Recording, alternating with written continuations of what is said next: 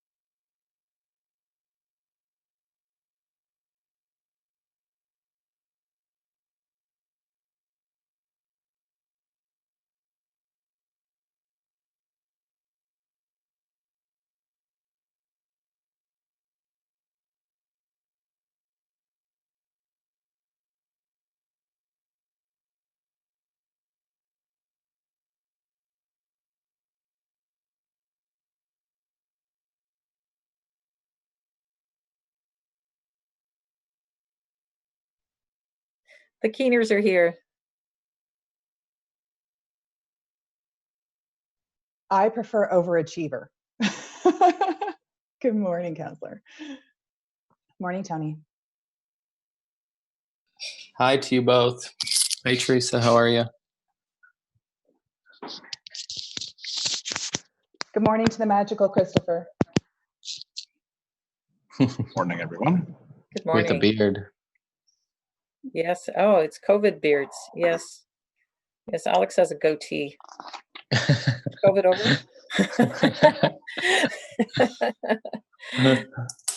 He took a picture of himself beside a picture of him when he was 21 and now. Oh, yeah? With his long hair. Nice. Yeah. Oh, we're almost. Oh, boy. Where's everybody? Oh, 25. Okay, we're good. All right, I'll go back to mute. Yeah, same.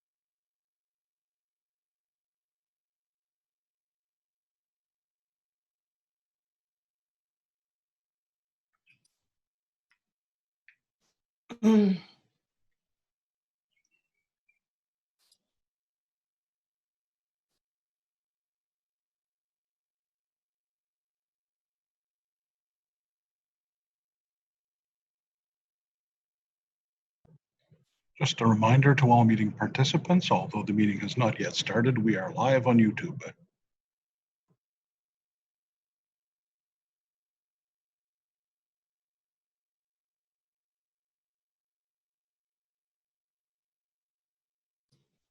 Good morning, everyone. It's Carol Ann. I'm going to join in this morning. I hope everyone's well. Good morning, Carol Ann. Hi, Teresa. Hi, Sarah. Hi, Jenna. Good morning. Anthony, Christopher. Nice to see people. Good morning. I can't get my video. Nothing's changed there. Damn it, stupid.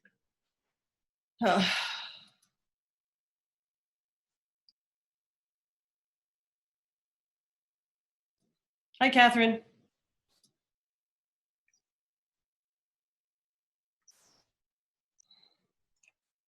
If my signal gets weak, I will cut out the video.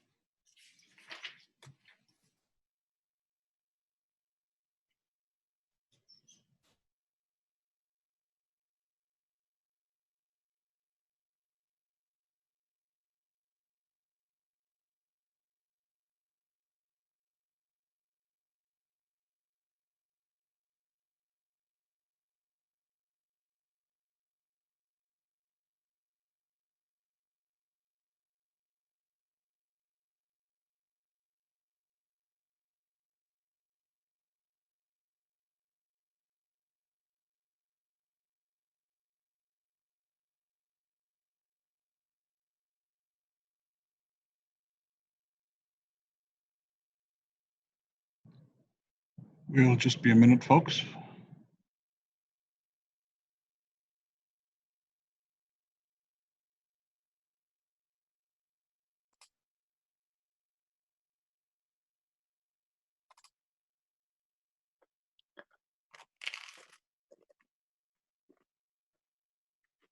There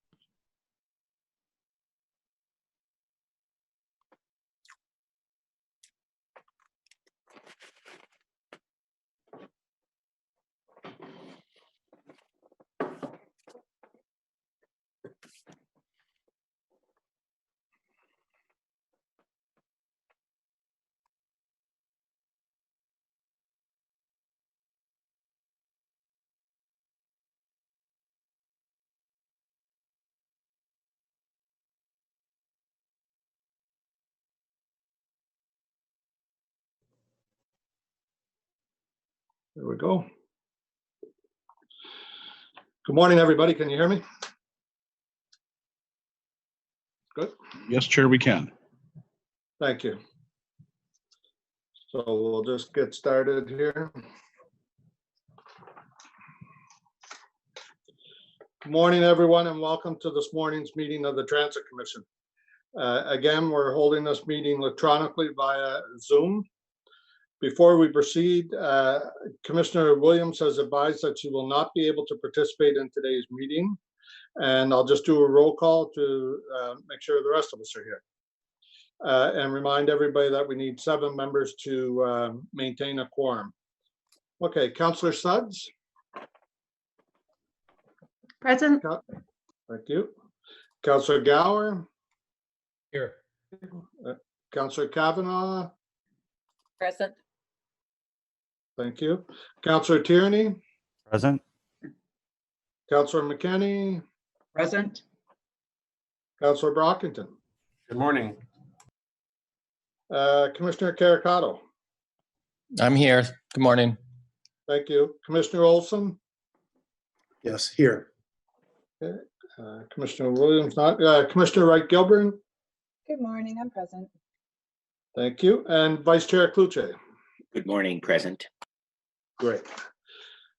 Okay, so as mentioned, we're again participating in the meeting via Zoom. Instructions for members of the public wishing to submit comments or participate as a delegation in this meeting were included in the agenda. Those who do not need to participate in the meeting can watch the live stream on the city's YouTube channel. For those who are participating in the meeting, please keep your microphones muted until I call on you to speak. I will provide each commission member with the opportunity to ask questions or comment in due course. Commission members will be called on first, followed by any members of council who have joined the meeting. At any point you may want to speak or that you want to speak, please use the raised hand Zoom function, which you will find by opening the attendees list using the Zoom controls at the bottom of your Zoom window near the audio controls. The committee coordinator and I will be watching for those clues. The usual 5-minute speaking limit will apply. Following up from the Special Transit Commission meeting of Wednesday, June 10th, where we adjourned the meeting while we were still in camera, advised by the city clerk and as noted in the motion to proceed in camera, I'll now rise and report at today's meeting. For those present, I would like to advise that the Transit Commission met in camera on June 10th, 2020 at 9 a.m. to receive an update on the tentative agreement with the Amalgamated Transit Union Local 279. No votes were taken other than to give direction to staff or to deal with procedural matters. The matter was referred to council for consideration at its meeting also on June 10th, 2020, where a motion to ratify the collective agreement was approved in open session. And I'd like to congratulate David White for the negotiation team and of course our GM, John Manconi, and Clint Crabtree from ATU 279 for their work on that effort. All right, moving on to today's agenda. Are there any declarations of interest? Okay, seeing none, we'll move to the confirmation of minutes, and we have a couple here. So first, we have the minutes, number 11 from the last regular meeting of the Transit Commission, which was held on February 19th, 2020. Are these minutes carried? Carried. Thank you. Next, we have minutes 13 from the special transit meeting on Monday, June 1st, 2020. Are those minutes confirmed? Carried. Carried. Thank you. The the in-camera minutes from our special meeting on June 10th will be confirmed at our next regular meeting because they're not quite ready yet. And just to let everybody know, there will be no minutes number 12 to confirm, as agenda 12 was the agenda for the March Transit Commission meeting, which was canceled after the agenda had been published. So response to inquiries, next under communications, we have inquiry 0120 as noted. If anyone wishes to lift this onto the agenda, you will have to approve that the rules of procedure be waived to add it. As such, it would be discussed as an additional item at the end of the agenda. Does anyone wish to lift the response to inquiry? Okay, now today we have no speakers registered for our agenda, but we do have one written comment from Jan Lamb. And Mr. Manconi, I'm going to ask you if someone could connect with Mr. Lamb about the points he's raised there. Would that be possible? Yes, Mr. Chair, we know Mr. Lamb well. He communicates with us regularly, and we'll have Mr. Scrimger follow up directly with him. Great, thank you, appreciate that. Okay, so we'll now proceed through the agenda to see if there's any items we can carry on consent. Item 1 is the Confederation line and bus service update. I'm going to make an assumption here that we want to hold that item. I'm also going to ask Mr. Manconi, when we come back to that item, if you could give us an update on the discussions with groups representing persons with disabilities on the use of masks. So we'll now go item 2, general accounts transit write-offs for 2019. Does anybody want to hold that item? Okay, the recommendation reads that the Transit Commission received this report on the 2019 general accounts write-off of $880 as required by the Delegation Authority Bylaw 2019-280. So if no one wants to hold that, we can carry it. Carry? Carried. Or received, sorry, should have said received. I want to congratulate staff on that for having less than $1,000 of write-offs on multi-million-dollar receivables. The 2020 next item, sorry, item number 3, 2020 operating and capital budget on Transit Commission status report. Draw your attention to that this is only for Q1, which includes the last 2 weeks of March. The next one, the Q2 update, will be available in September. But does anybody want to hold that? Hold, please. Hold, okay.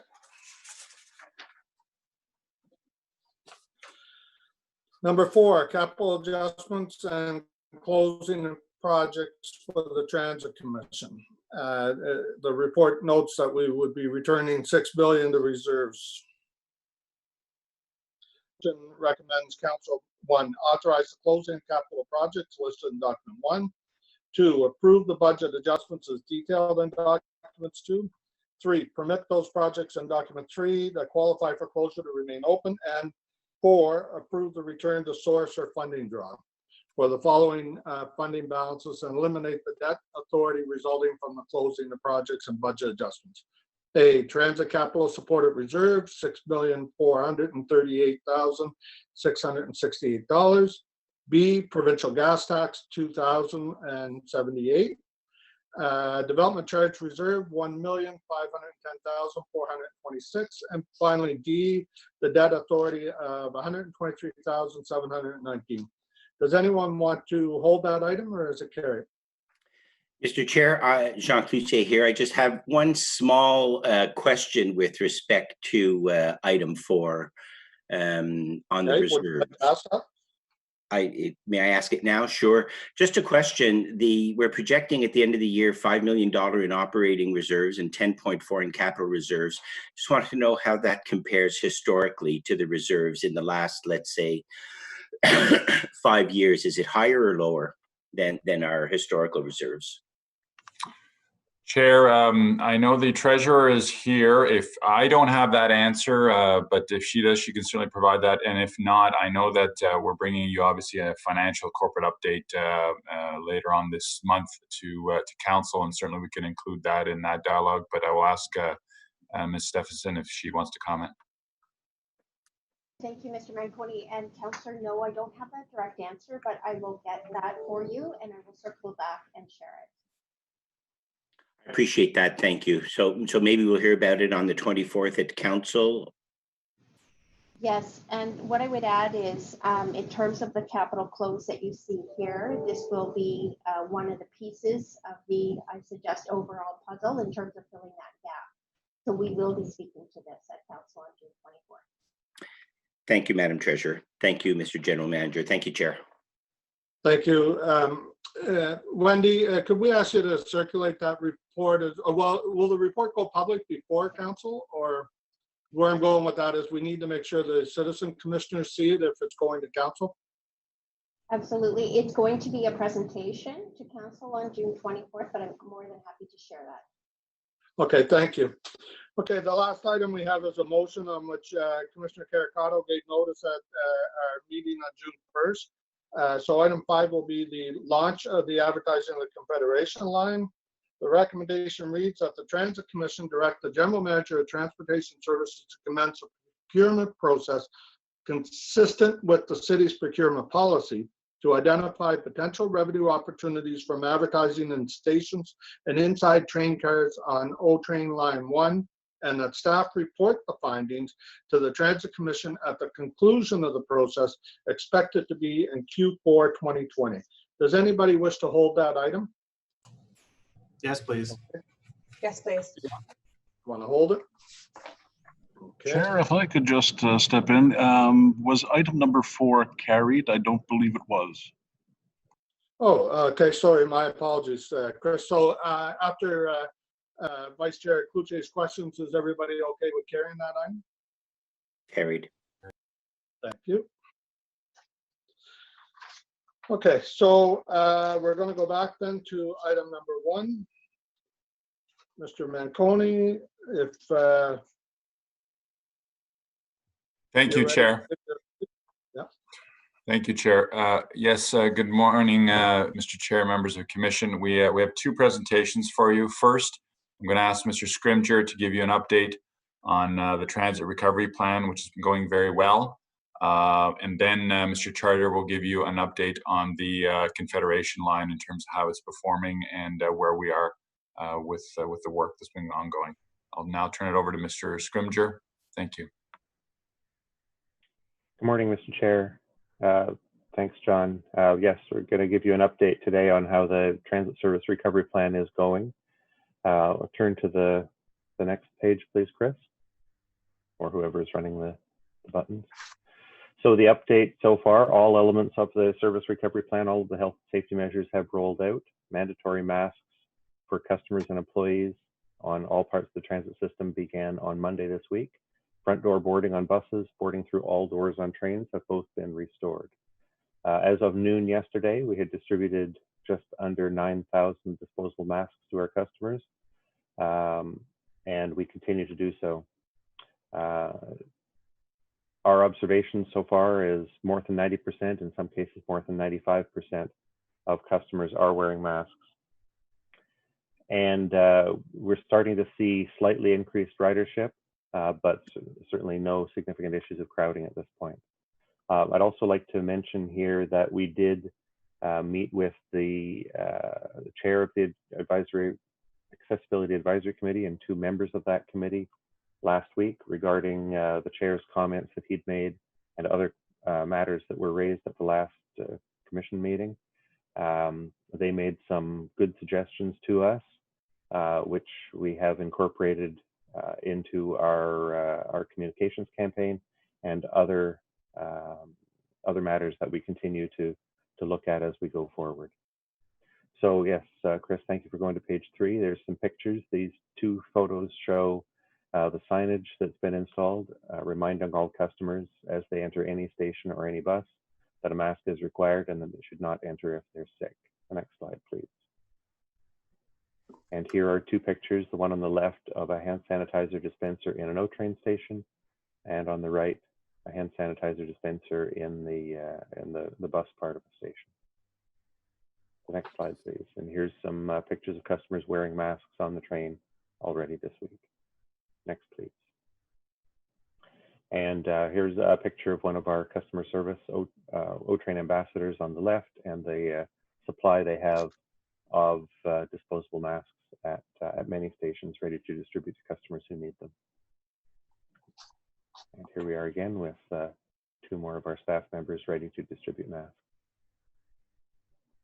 So the next steps going forward, we will continue to monitor the system closely. We'll continue to monitor that customers are wearing masks, that there are no problems with that, no issues arising. Still being sure that there's sufficient capacity to make sure there's no crowding on the buses. We remain ready to adjust our plan if required, if there are changes coming from the provincial level, the federal level, or from the medical officer of health. We're of course continuing to listen to all comments that we get back from customers, from councillors and commissioners. And our next major step in the recovery is the return to full service on all routes, except for the school routes on Sunday, June 28th. Thank you, Mr. Chair, and I believe I'll turn you over now directly to Mr. Charter.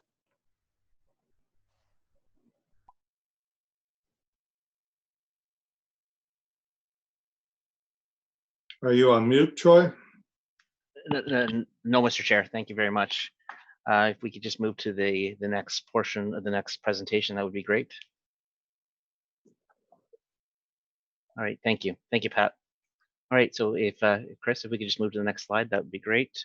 Mr. Chair and members of the Transit Commission, as you're aware, RTG has provided the city with a plan that addresses the technical improvements required in order to improve the performance and reliability that has impacted both the service and ultimately our customers.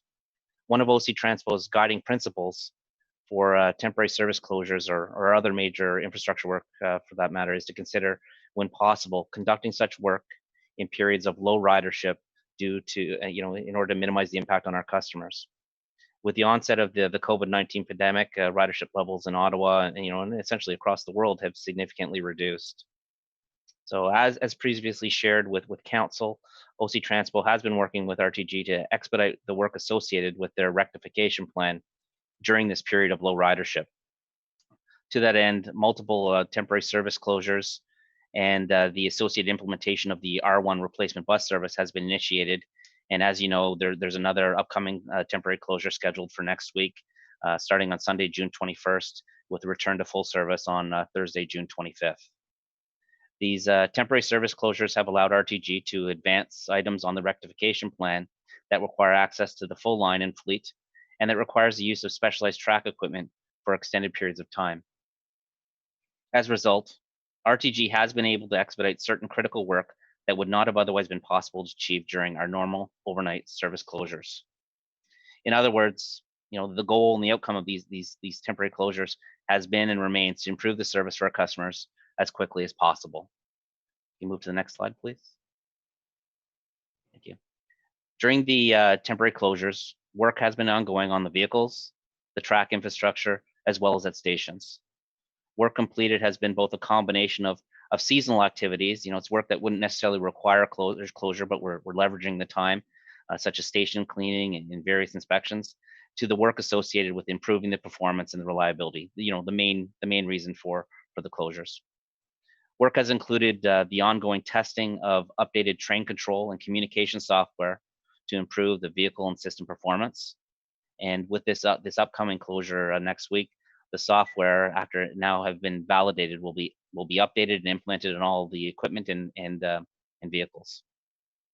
Additionally, extensive cleaning an inspection of the overhead catenary system across the entire alignment to remove the buildup of road chemicals and to replace any components such as parafills that are at risk of failure. You'll recall that both have been the cause of service disruptions during this past winter.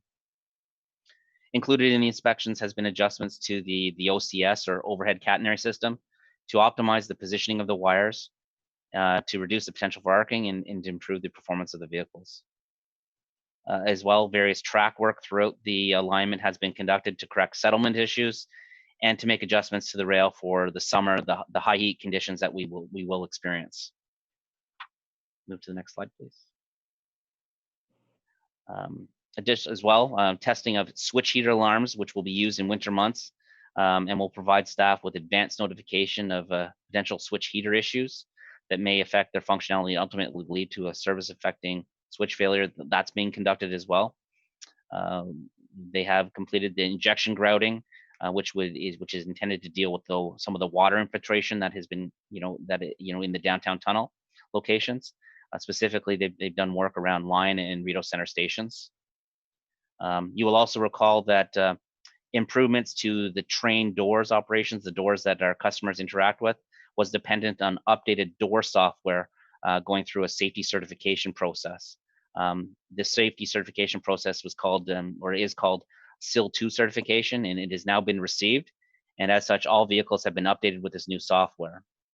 The new software is now on and in service, is now on all in-service vehicles, and will result in less disruptions associated with doors, which has been one of our most frequent occurrences of system disruptions.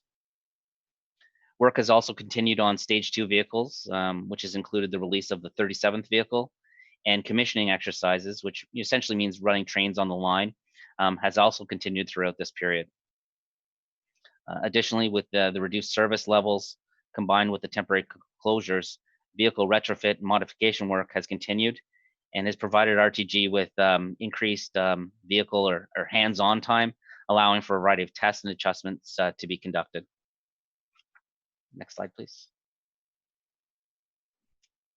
With regards to the upcoming temporary service closure this Sunday, as I mentioned, RTG will be implementing the new train control software on all vehicles and related equipment. Further adjustments and replacement of key components will be made to the OCS. For this closure, it will be specifically in the downtown tunnel section of the line. We're also continuing to focus RTG's efforts on conducting the vehicle modifications and the commissioning process to get vehicle 38 into service. And lastly, there will be continued work on other elements of the tracking infrastructure along the entire line. This can include adjusting and replacing the ballast, which is the rock that holds the ties and rails in place, work on switches and switch heaters in all those elements. Next slide, please. So we know that vehicle reliability has been one of the major contributors to disruptions that have impacted our customers. The challenges continue. To that end, we are continuing to work with RTG on improving vehicle reliability and proactively track and trend emerging issues to ensure that it resolve quickly and action timely. As part of the rectification work, a further review is planned for the performance of the infrastructure. This review will provide oversight on the longer term actions to resolve track conditions, including the noise, vibration, and temperature related issues. I mean, there will always be some adjustments that need to be made track as we change seasons. And in Ottawa, we do have some highly variable, from winter to summer, there is quite a bit of change. But generally, we want to look at the track related issues. The expansion of the track in the summer and the contraction of the track and rails in the winter. We'll also be conducting a final review of the OCS configuration, including a review of the integration with the vehicle pantograph. And if you recall, the pantograph is the portion of the train that makes contact with the OCS, the OCS wire that provides power to the train. And given that the LRT network is an integrated system, in that the trains, the infrastructure, the track, and all the related technical systems need to operate reliably together for overall system performance to improve, an overarching and holistic review of RTG's performance tracking and actions to resolve is being undertaken. As well, RTG has been advised that the city expects to implement 15 double car trains for morning peak service as of August 4th, 2020, the beginning of August. Next slide, please. Overall, while we still do not have a firm date for consistent, reliable service, we've made it clear to RTG that it is the city's expectation that this be achieved by the end of August. There are many areas where improvement is required, and we need to see positive steps taken on all fronts. The temporary closures have allowed for RTG to expedite some critical work, but the work is far from complete. RTG has not agreed to a firm date for reliable service. However, they have agreed that 15 double car trains are to be in service at the beginning of August. Obviously, it goes without saying that we expect to see a reliable 15 trains in service and the ability of RTG to sustain 15 trains every weekday of service. And then just lastly, one final note, as RTG works towards completing the work associated with their plans and the technical improvements, there may be additional requests for the city to leverage this period to reduce ridership and provide RTG with additional temporary closures to further expedite the work and ultimately improve Line 1's performance. Thank you. Thank you, Mr. Charter. Is there any questions? Commissioner Wright Gilbert? Good morning, everyone. I do have a few questions. I'll try to move through them quickly. Mr. Charters did state that the expectation is that RTG will complete all of the work that needs to be done, the required work by the end of the summer, that's the expectation that we've relayed to RTG. What is our level of confidence that RTG will actually complete this work by the end of the summer? And if they don't, what are the consequences? So, Mr. Chair, I'll share where we are with them in that discussion. Some of it I can share with this commission today as it relates to the mandate of the Transit Commission. The rest of it will be an update to council that is tracking to July, and it will be an in-camera session because, again, the second part of the commissioner's question is the commercially confidential pieces that obviously we don't want to have in a public forum. We are not confident that they're tracking to the end of August, and that's because they have not confirmed to us in writing that they can achieve that date. They have not given us a firm date. So I'm not happy right now, nor is the city manager, as we have spent we spend a good chunk of our time right now managing at the executive level as to we need the service to be reliable and consistent. And so to be blunt and candid, our position with those executives has been to focus on getting it rectified. And the environment that we have now, and again, I'll be very careful what I share in a public forum, is we have OLRTC, or the constructor of RTG arm, saying that the infrastructure is perfect and fine and will be ready. And then you've got Alstom saying that their vehicles are perfect and fine, and they're blaming each other. And our position is we really don't care. We didn't buy a system whereby we're in the middle of you folks. We bought a service that is very simple and straightforward. We bought an outcome, and that's service. That's trains every day reliably. And having said that, we have a process that speaks to part 2 of your question, Commissioner, which we will share in the July update in camera to council. And that we haven't just been sitting around doing nothing, watching them argue and debate and try to convince us. They have asked us for payments. We have not issued any additional payments, by the way. They have asked us for some cash flows. The city manager denied that. I denied that. We believe they're entitled to some payment. And again, if there is a payment, we'll inform council. And we have just received the information about what January, February, March, and April looks like from an invoicing perspective, and we're going through that right now. So lots of pieces to the puzzle. Our focus is crystal clear. Use this time to get the system corrected. And while you see a lot of progress, I'll give them credit where credit is due. The vehicle count is increasing. They have addressed some of the issues. They've done a lot of work on the catenary and the track, but there's more to be done. And we have a process whereby we're going to verify what work has been done. We're tracking it every step of the way, but we also want to have good validation when they say they're ready for us to validate in terms of that it'll be reliable and consistent.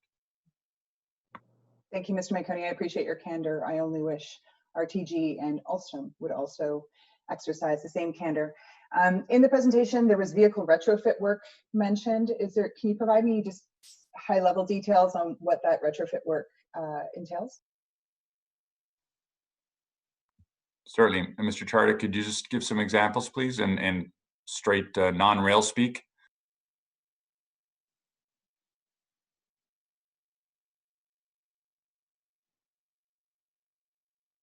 Sorry about that. My mute seems to go off and on real quick sometimes. You know, the retrofit work there's quite a bit that's done. It could be as simple as you know, changing the locks on the cab doors. You know, the door that the operator uses to get into their cab area. Changing those locks, changing the doors.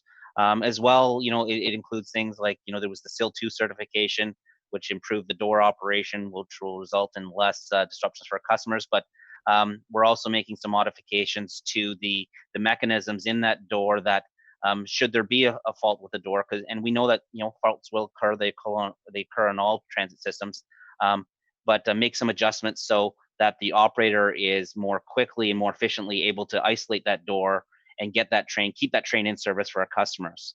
You know, there's as well, there's some additional changes with regards to some of the temperature settings in both the cab, you know, for the operator as well as for our customers. So there really is, it's quite an extensive list of modifications and retrofits, and some of it was identified early, and some of it, you know, it's through our experience that we know that we need to make some changes. But you know, as I said, it's from minor things like cab door locks to more significant things like you know, the door operation and some of the mechanical components associated with it.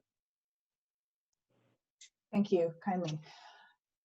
In the presentation, it was mentioned that there is work being done on the tracks to deal with vibrations. In several previous commission meetings, I and my colleagues have actually raised the issue with respect to the portion of track that's between Saint Laurent and Lee's stations, specifically that the ride's incredibly rough, lots of vibrations, loud grinding noises. I've heard recently from members of the public and from OC Transport staff that the issue is still there. What's the specific issue with this section of track? Troy and Michael, if need be.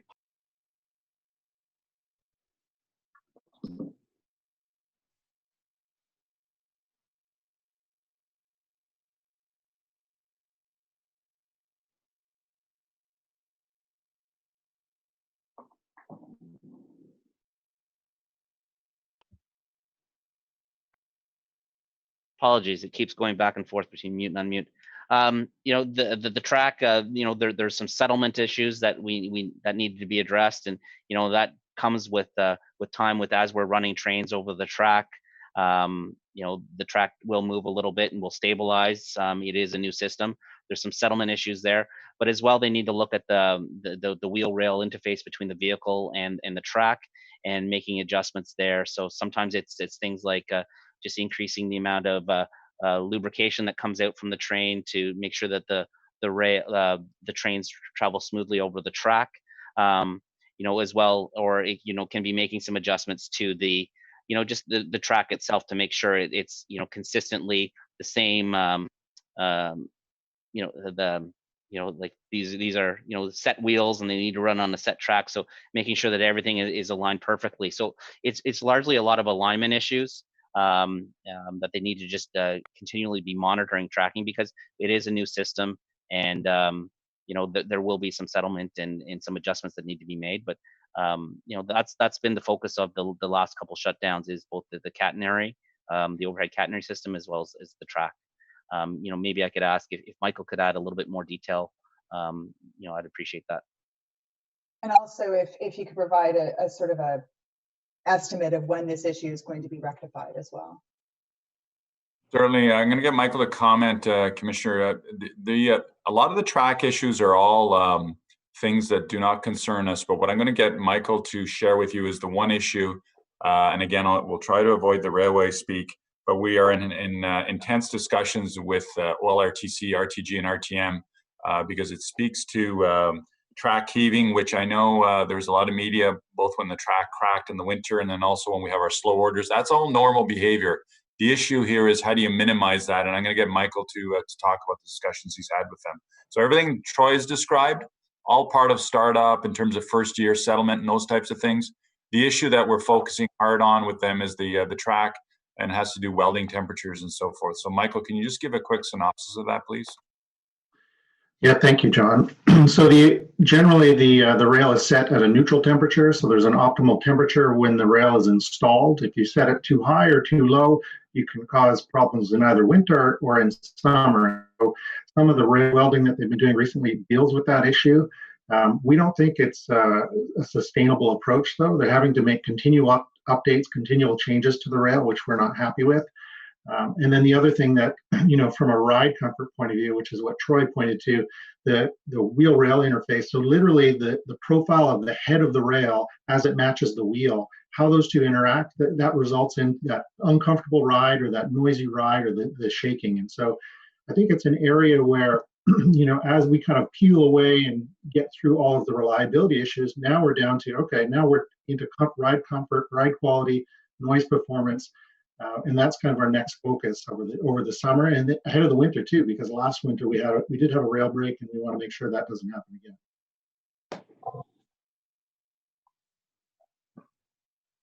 Okay, thank you. So there's no real timeline in terms of when this issue is going to be rectified. It's an ongoing issue, some of it expected, some of it not necessarily being handled in the way that that we would like to see by RTG.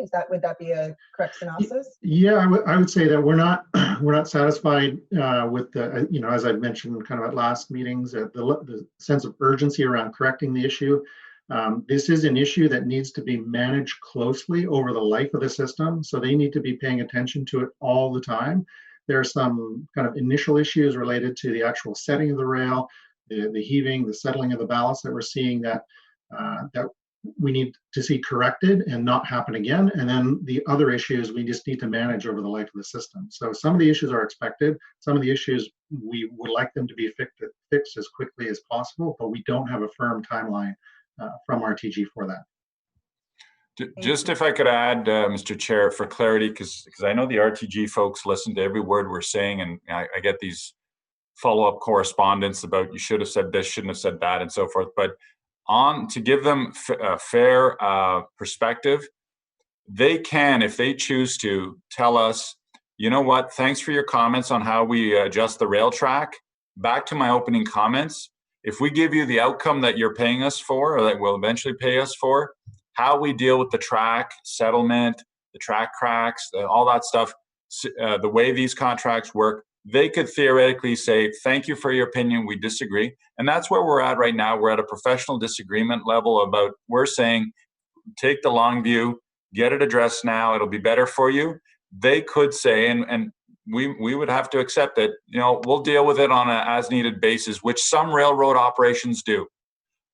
So I just wanted to be fair in that comment to them, that they could just push back on this particular issue in that regard. Well, one thing I will say is though, although we're being told that this is expected, that it's normal in first year settlement, from a customer point of view, it is unsettling from a customer experience perspective to have a really rough ride on the track. With all the other issues that are going on with the LRT right now, this is just one that provides for a bit of an unsettling ride and can cause customers to perhaps feel a little bit unsafe. So this is something that can be rectified in an expedient manner. I think that is something that could provide a bit more of a positive experience for riders and one less thing for people to complain about. So that's what I'll say about that. Prior to the launch of the LRT, one of the features that was sort of highlighted and lauded about the trains was that there was an existence of an auxiliary power unit on each train that would provide enough power to the train to get it to the next station should a power loss happen or take place in between stations, ensuring that passengers never have to disembark on the tracks or rarely have to disembark on the tracks.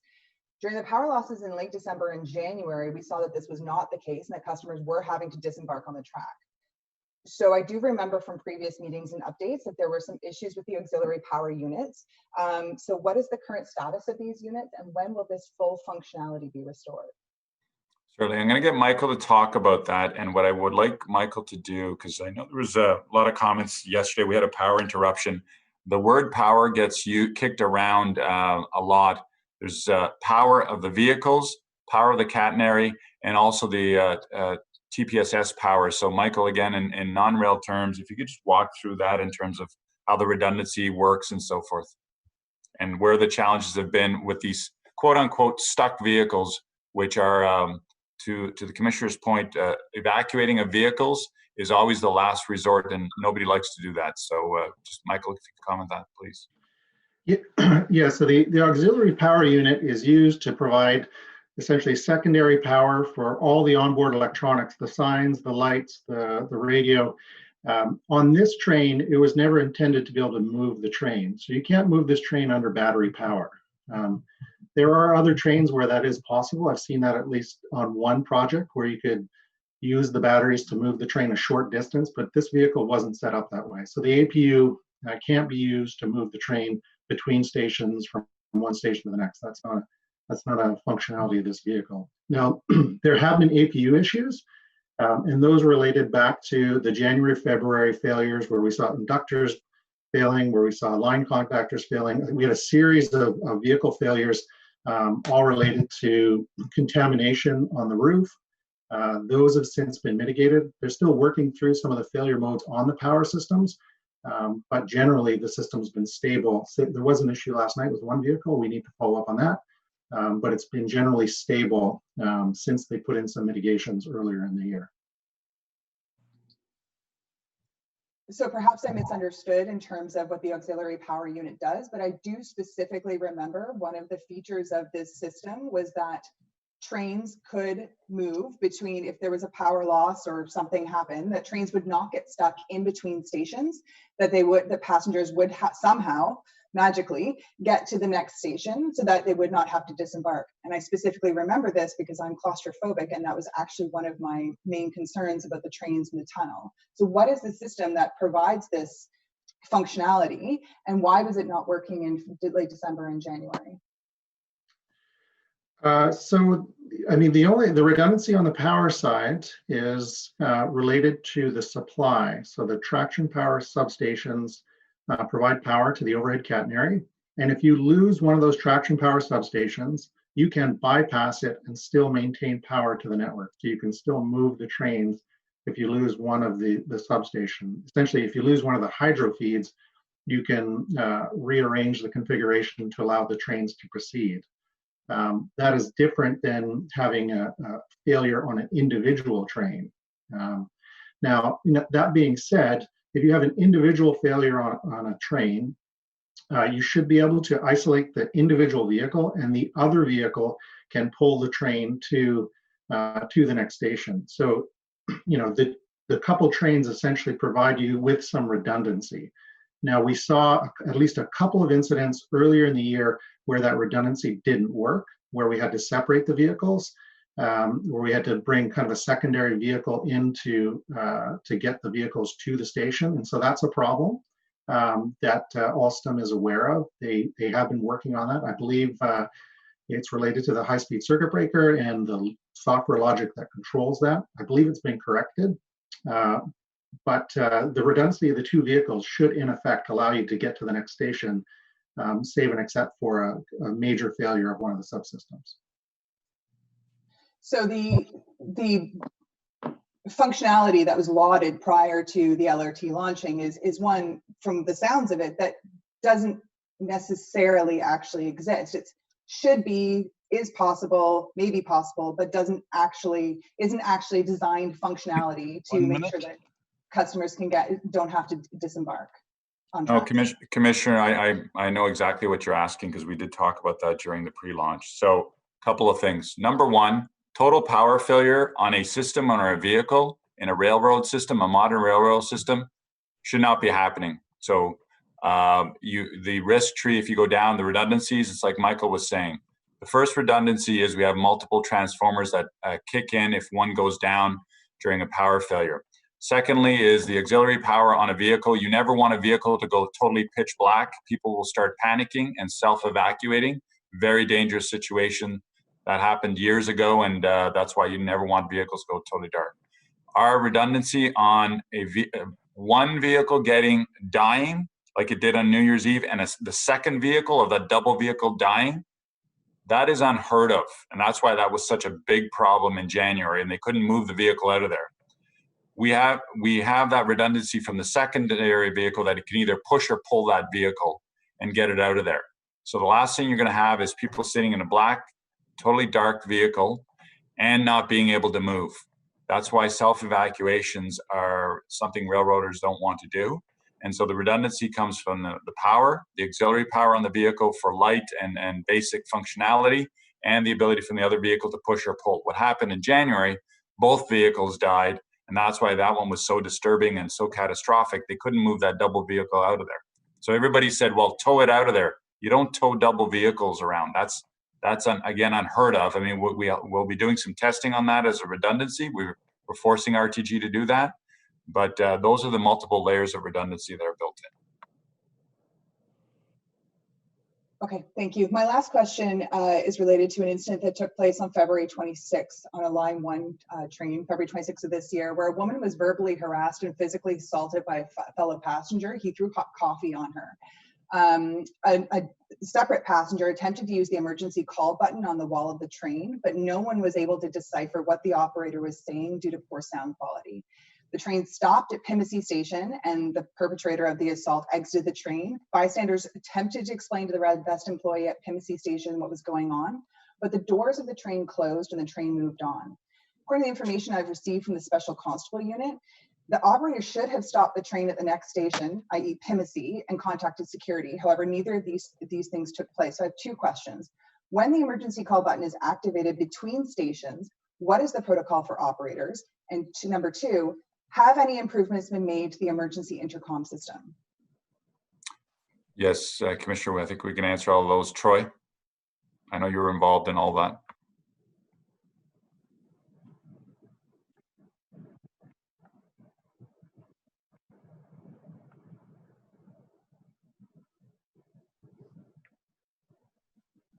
Okay, Mr. Chair, yes, I'm aware of that occurrence. I'd have to familiarize myself a little bit with all the details, but should the emergency call button be activated, it does give a message to the operator, and then the operator should be able to speak with the customer who was in close proximity or who has activated the button. Generally, the operator would proceed to the next station, and then at that point, the vehicle would stop, open the doors, and the operator could then go further investigate what's going on. As well, when the emergency button is activated, we also get notification in the TOCC that's been done. So there's a secondary check between the TOCC and our Transit Operations Control Center, I'm sorry, as well as the operator. But normally it would be proceed to the next station, stop at that point, and communicate with the customer, but they do have the ability to communicate with the customer once that button has been pressed. In that specific occurrence, there was an issue with that intercom in that the operator was trying to speak to the person, didn't hear a reply, and I know that the customers reported that they couldn't make out what the operator was saying. So the operator continued on into service as he didn't hear a reply from anyone who pressed the button, and we do have situations where these buttons are erroneously pressed in which an operator doesn't get a response. Since that occurrence, we've met with RTG and Alstom, and what we've ensured is that they've increased their checks on these. It is a critical safety function. It needs to be checked every day to make sure that it's functioning properly. So they have a series of checks to make sure that these emergency intercom buttons are functioning as they're intended, as it is a critical feature. Thank you. And I do know my time is up. I do just want to say one thing is that if we don't have security on these trains, which we don't, and I understand the reasoning behind it, if the only security passengers have on these trains are those emergency intercom buttons, my suggestion would be that they need to work perfectly every single time and that the protocol needs to be followed.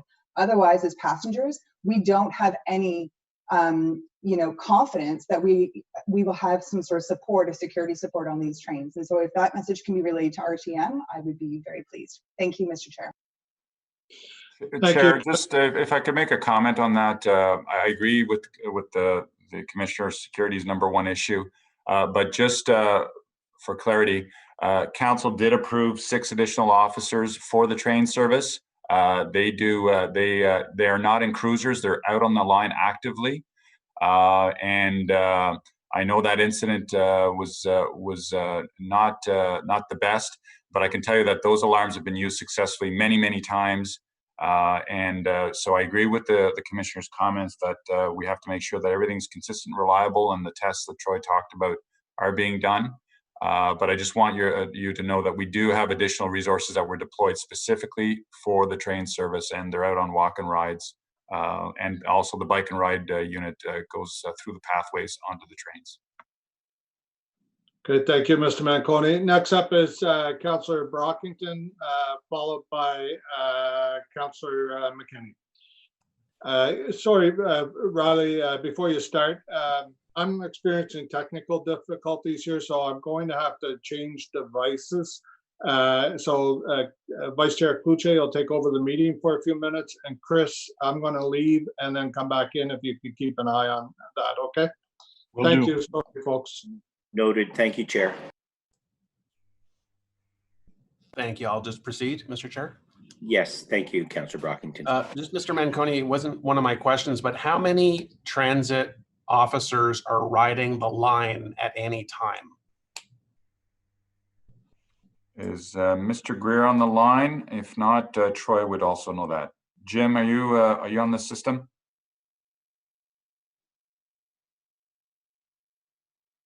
Troy, can you respond, please? Yes, Mr. Chair, the number of officers does vary from time to time, but we generally try to maintain a minimum of 4 officers riding the line at all times.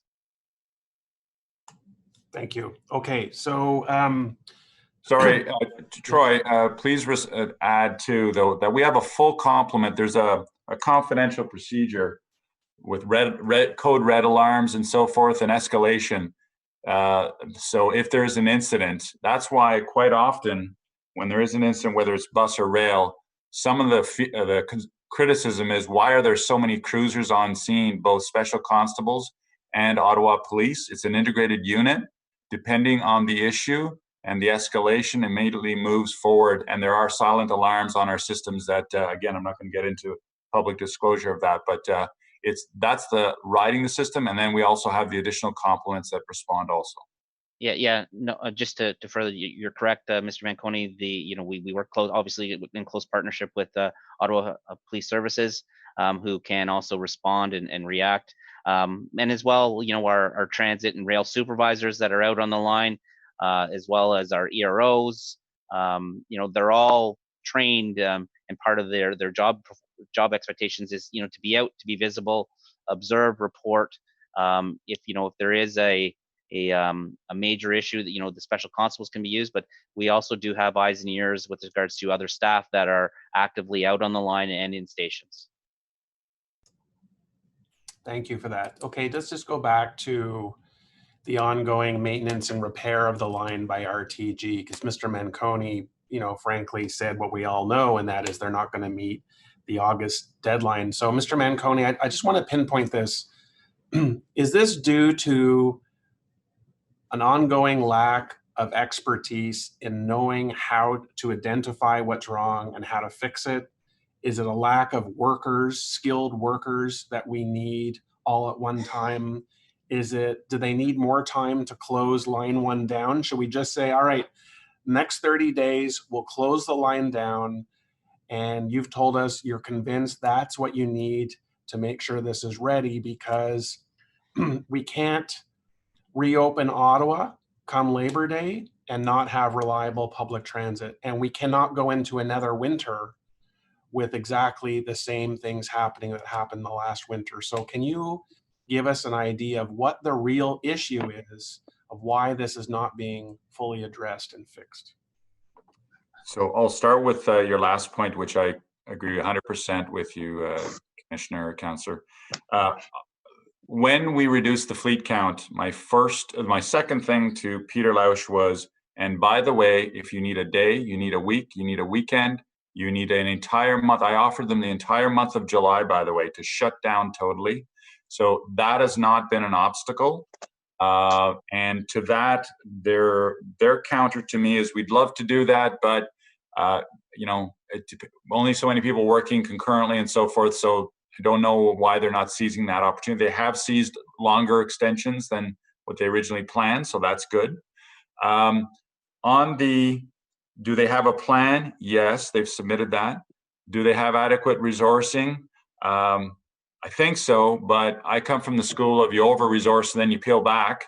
As we saw, we did the recovery plan yesterday. You saw red vests everywhere. That's because I didn't want to be short if we had an influx of people needing masks and so forth. The COVID is one of the issues that they're saying is a challenge for them. They did, in fairness to them, they got hit with COVID just like we did. So Alstom experienced a worldwide shutdown, for example. Their supply chain on normal parts and labor got affected.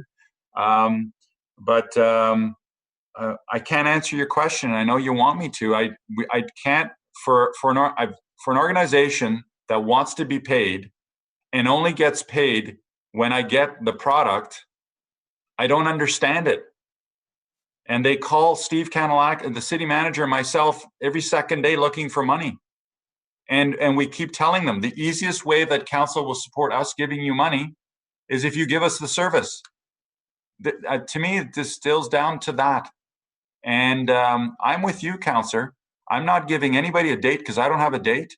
I'm not putting this organization and I'm not putting yourselves and our customers through another winter of hell. I'm not. And I made that clear to RTG, and they're not getting paid because they're not producing product. And, we're not going to lose the bad experiences. I'm not forgetting New Year's Eve.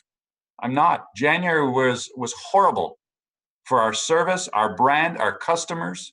And the sad part of all this, Councillor, it is an amazing system. I spent all of Monday morning on it. It is phenomenal. The world is still talking about what it is, how transformative it is, and it will be. We will get there if they just focus, stop the commercial talk, stop the lawyers back and forth, and focus on fixing it. There are people that can help them out. Do they have everybody? I don't have line of sight in there. I'm not in there. We're not as attuned to what they were doing. They're very guarded right now. They're well intended. I'm not being malice in any of my comments. Sorry, my phone's ringing. I can't stop that. Is there a risk in waiting until the end of August when they say we can't deliver or we can't complete this by the end of August?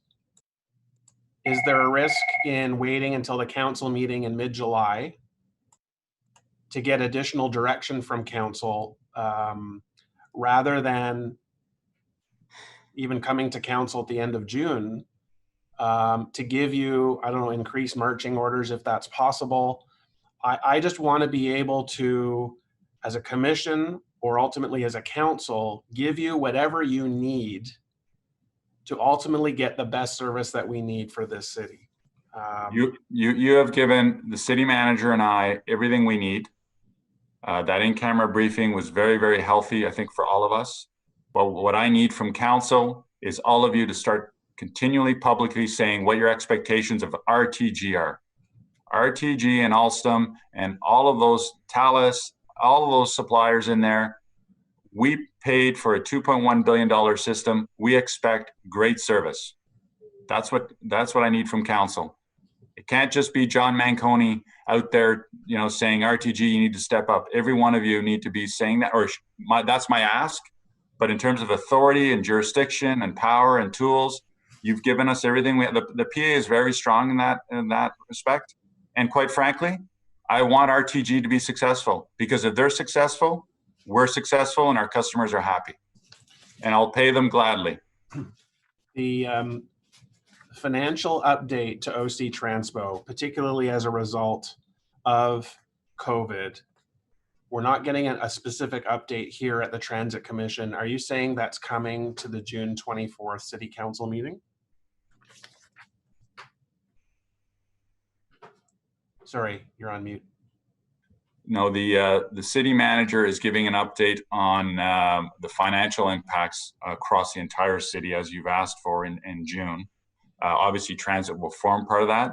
We'll continue to have our dialogues in terms of our impacts. I mean, our losses are significant in terms of revenue, and ridership is still very, very low. So, and then we have the expense side of the new recovery plan. So when do we address this? Sorry, I'm a popular guy today. When do we address? how do we, as a transit commission, wrestle the projected deficit for 2020? We're going to get an outlook, a more precise outlook on June 24th. But when will the Transit Commission have to wrestle cost recoveries, cost reductions, a revised budget?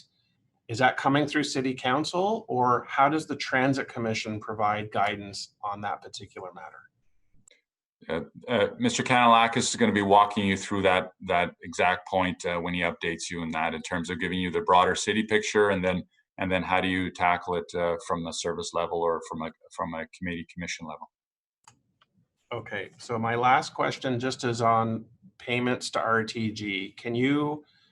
You're saying that they're being quite assertive in asking for payment. So in 2020, have you paid anything to them? No, the only payments we've made are that initial payment that we talked about, the normal utilities bills that go through that we've talked about in our memo. So it's water, electricity, and things like that. They have asked for a payment from looking at September all the way to the end of December, in terms of there's millions of dollars we're holding back that we have not paid them on. They've asked us for a payment on that. Mr. Kanalakis was very direct and said, we will review again with our legal team and our technical team. We will pay you what you're entitled to, but we're not going to make a quote unquote a deal and hey, because we like you, here's some additional money to get going. And again, all that will form part of our update to you in July. They are entitled to some payment. And then we're just looking at the new year invoices from January all the way through to May in terms of what they're entitled to. And again, they will be entitled to some payment there because April and May was much easier in terms of service delivery. But January was a brutal month also. So, and all along through this, they are in default and they remain in default. Okay, and Mr. Chair, can you just remind me, or maybe the committee coordinator, updates on Trillium line extension, the construction, is that going to go through FEDCO or does that come through us?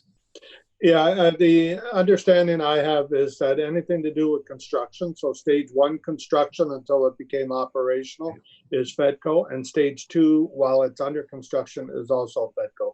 The Transit Commission just has the operations side of everything. Okay, so Mr. Manconi, will we be getting quarterly in-person Trillium line, or sorry, phase 2 updates from you? Are those in the queue? Yeah, no, we've told you in the past, all the updates on stage 2 are going to FEDCO quarterly. Okay, all right. Thanks very much, Mr. Chair. Okay, thank you. Next up, Commissioner Caracato.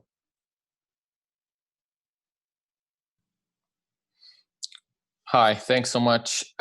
Question about the cosmetics, I guess, of the trains. Mr. Scrimgeour and I were exchanging emails back in March about installing electronic signage outside the station so riders could make an informed decision before going down into the station or through the fare gate.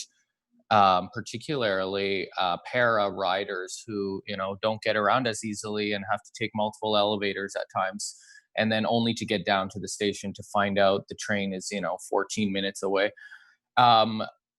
Is there any progress on that, or do you have an update for us? Pat, could you please comment?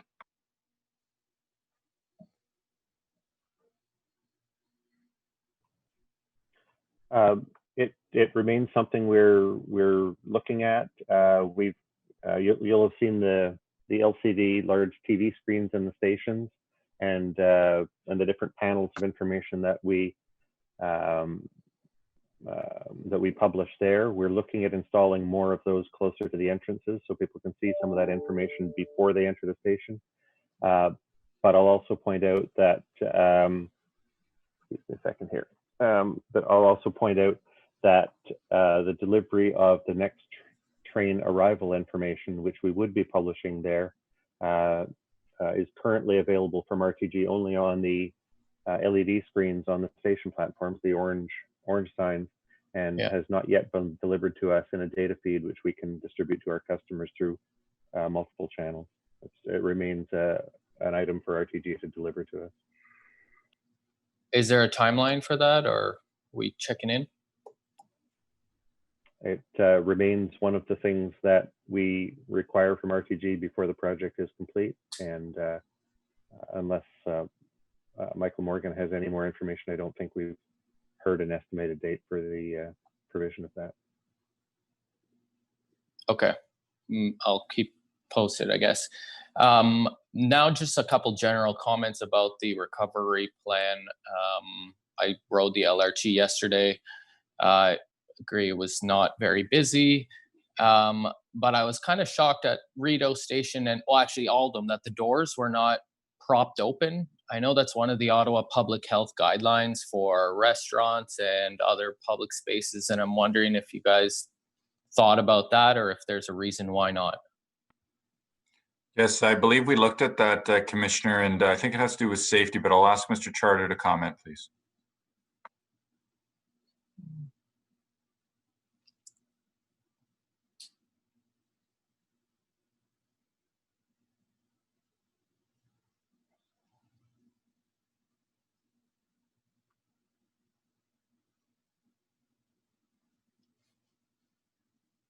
Troy?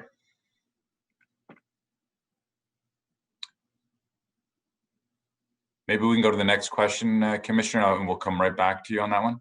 Is that okay? Sure. Regarding the Red Vest ambassadors and handing out masks, I did notice, of course, there were a few riders that didn't have masks. It didn't look like to me that the ambassadors were actively going up to those riders and saying, you know, it's mandatory, here's a mask. It was more sort of, and I actually did witness one sort of ambassador go up to a rider while he was passing, and he said no, he declined to take the mask. So I'm wondering if, I know we're not turning anybody away, but if you're offered a mask, do you have to take that mask, or can you just continue riding and saying, not for me, thanks? No, Commissioner, great point. I saw the same thing. So our ambassadors are trained to proactively offer the mask, and there's a process for that. You see them with the tweezers and the masks that they have themselves and double protection. I witnessed that at Tunney's also. There was one gentleman that was adamant. He said, I don't want a mask. No, thank you. And so forth. So they are trained to approach people to see if they want one, but we're still in that education period, and we're happy with the numbers. And yes, I mean, I was on a bus. One person didn't have a mask. The other 10 people did. I actually counted everybody on my route. So I'm seeing the same thing. And we're just, again, walking that fine line of a careful, balanced education campaign. And we're happy with the numbers so far. And lastly, on the hand sanitizers, they weren't that easy to find because they're quite small, and that little blue sign doesn't necessarily jump out to you. I don't know if you thought of other ways to sort of make them more visible with arrows on the floors or stickers or something. Is that something you've thought about? Yes, great point. And it was something we're going to share with Pat on our daily call today. We got to enhance the signage is the feedback we've heard. The other thing too, we'd love to get more, but supply and demand right now is so hard to get the ones we got.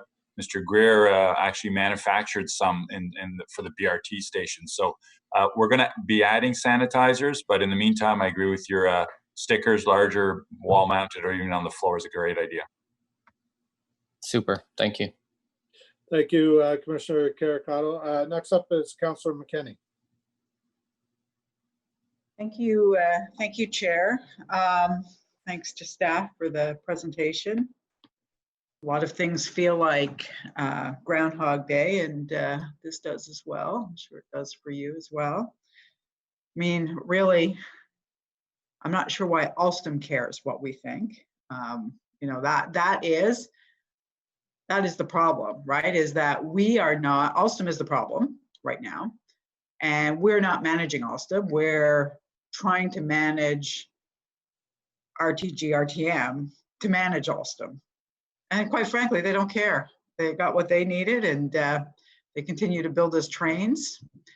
And we paid for those trains, and I don't see why Alstom feels compelled to do anything more than what it's doing today, which is, I don't even know if it's the bare minimum. Here we are, you know, 9 months later in the middle of summer, and they can't get this right. So with nobody on the train.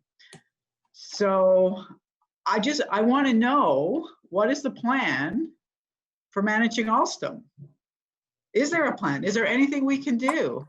Because that is what the problem is. We're hovering over RTM, trying to poke them to poke Alstom, who don't Chair, care.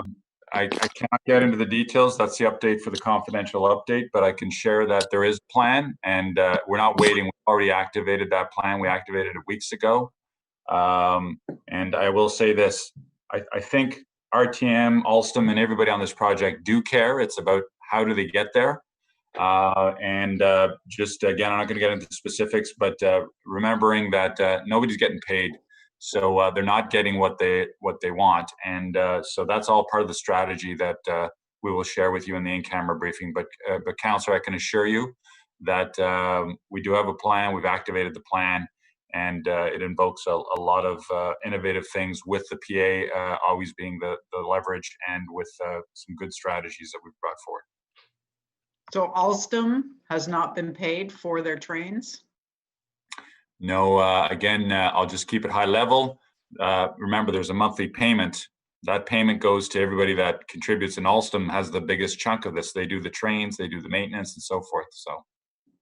So in our in-camera briefing, will I get detail on that? You can ask all those questions, absolutely. Sharon will be there again, and absolutely we can give you all that information. Okay. When are we going to see RTG executive back in front of us?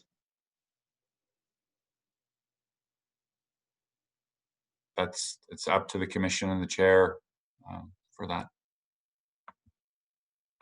What do I need to do, Chair, to get RTG executives back in front of us? I think that this is untenable. This is, here we are, mid to late June, shutting down the system again for, to expedite, I suppose. But we're not seeing any progression. We haven't since the winter. And I imagine I speak for at least the majority of commission members that that this has become a situation that we cannot just sit, close down our Zoom and wait until the next month to get another update.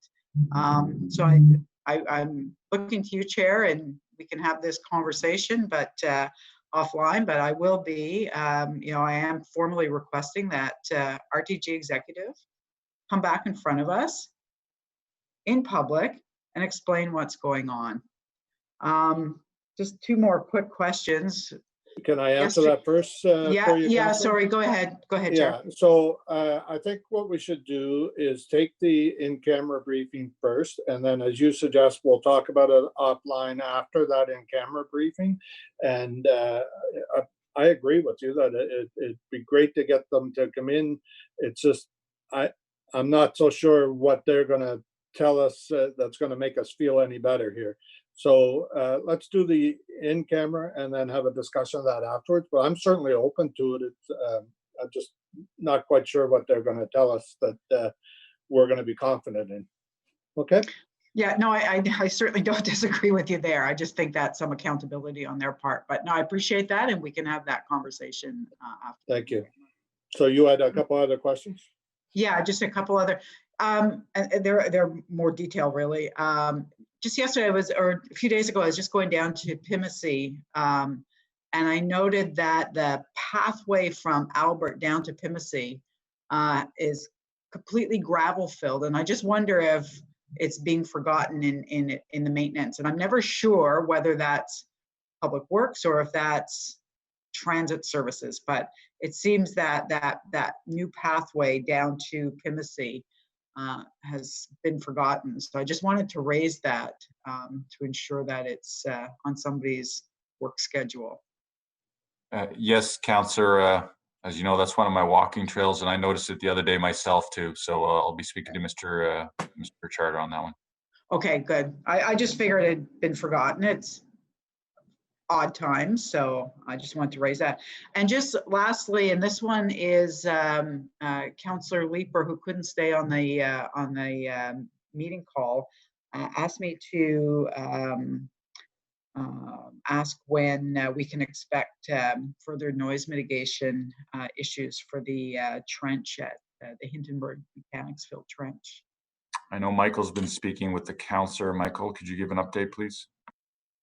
Yeah, we're just closing out some final testing. The team, the noise consultant, has been doing some tests to assess the effectiveness of the dampeners to have kind of a final, more definitive answer on the results. And we're looking at, there's two more options we're looking at. We need the test results first, and then once we have those, then there's a couple of different firms we've engaged to look at additional mitigations. I don't unfortunately have a timeline for when we can get that. You know, two of them or one of them anyways coming from the UK, and so that's kind of caused a bit of a slowdown in our efforts in that area because of the recent travel restrictions. But no timeline yet, but we are still looking at doing additional work in the trench area to reduce the noise. Okay, thank you. I'll pass that on if he hasn't heard himself. Thanks, Chair. That's all I have for today. Thank you, Councillor. Next up is Councillor Gower from Stittsville. Thank you, Mr. Chair. Yes, hello from Stittsville. I just wanted to change gears from the RTG piece and go back to the first part of the presentation from Mr. Scrimger on the positive observations so far from recovery. I wanted to highlight for my fellow commissioners an article that was published in The Atlantic on the weekend called "Fear of Public Transit Got Ahead of the Evidence." And it's an excellent look at the experience of cities in Europe and Asia as they've gone into recovery mode, as their transit systems have returned, maybe not quite to full capacity, but certainly getting there. And they've been able to do so safely, and they've played an important role in the recovery and economic health of their cities. And I'm glad that we've had positive results here 3 days into our recovery, and I'm confident that staff at OC Trans will continue that. I want to read it one sentence from that article. "The way out of the economic crisis brought on by the pandemic runs along the rails and bus lanes of cities to avert the mobility meltdown that threatens to swallow them if even a fraction of former transit commuters take to cars." I still don't think we're fully appreciating in our city as a whole, not just council, but our city as a whole, how important OC Transpo and transit is in the short term here for our recovery from COVID-19, but also in the longer term as our city keeps growing. So I'm going to share that link on my Twitter feed, and maybe I'll email it out to commissioners as well. Really encourage all of you to read that and just think about what we need to do as a transit commission, as a council, to support the recovery and the growth of transit over the next months and years. Thank you, Mr. Chair. Thank you, Councillor. Next up is Commissioner Olson. Thank you, Mr. Chair. Thank you, Mr. Manconi, for the presentation, Mr. Charter, and Mr. Scrimger as well. So I have a couple of questions for you. The actions that were outlined for RTG to undertake to improve service, there's some you've noted that were completed or that are in train, going on, or foreseen. Is there anything that you identified as necessary that RTG is not doing yet? Michael, can you comment on that, please?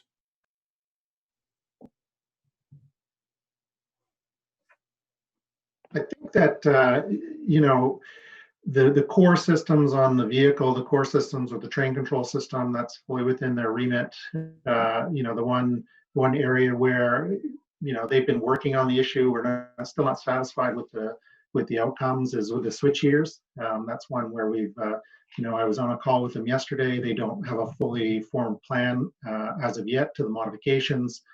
You know, so I've taken some steps to engage some people on my side to provide a little bit more direction on that. That's probably the area where we see some additional room for improvement in their plan. When it comes to the vehicle subsystems, when it comes to the other subsystems, I think they're doing what they need to.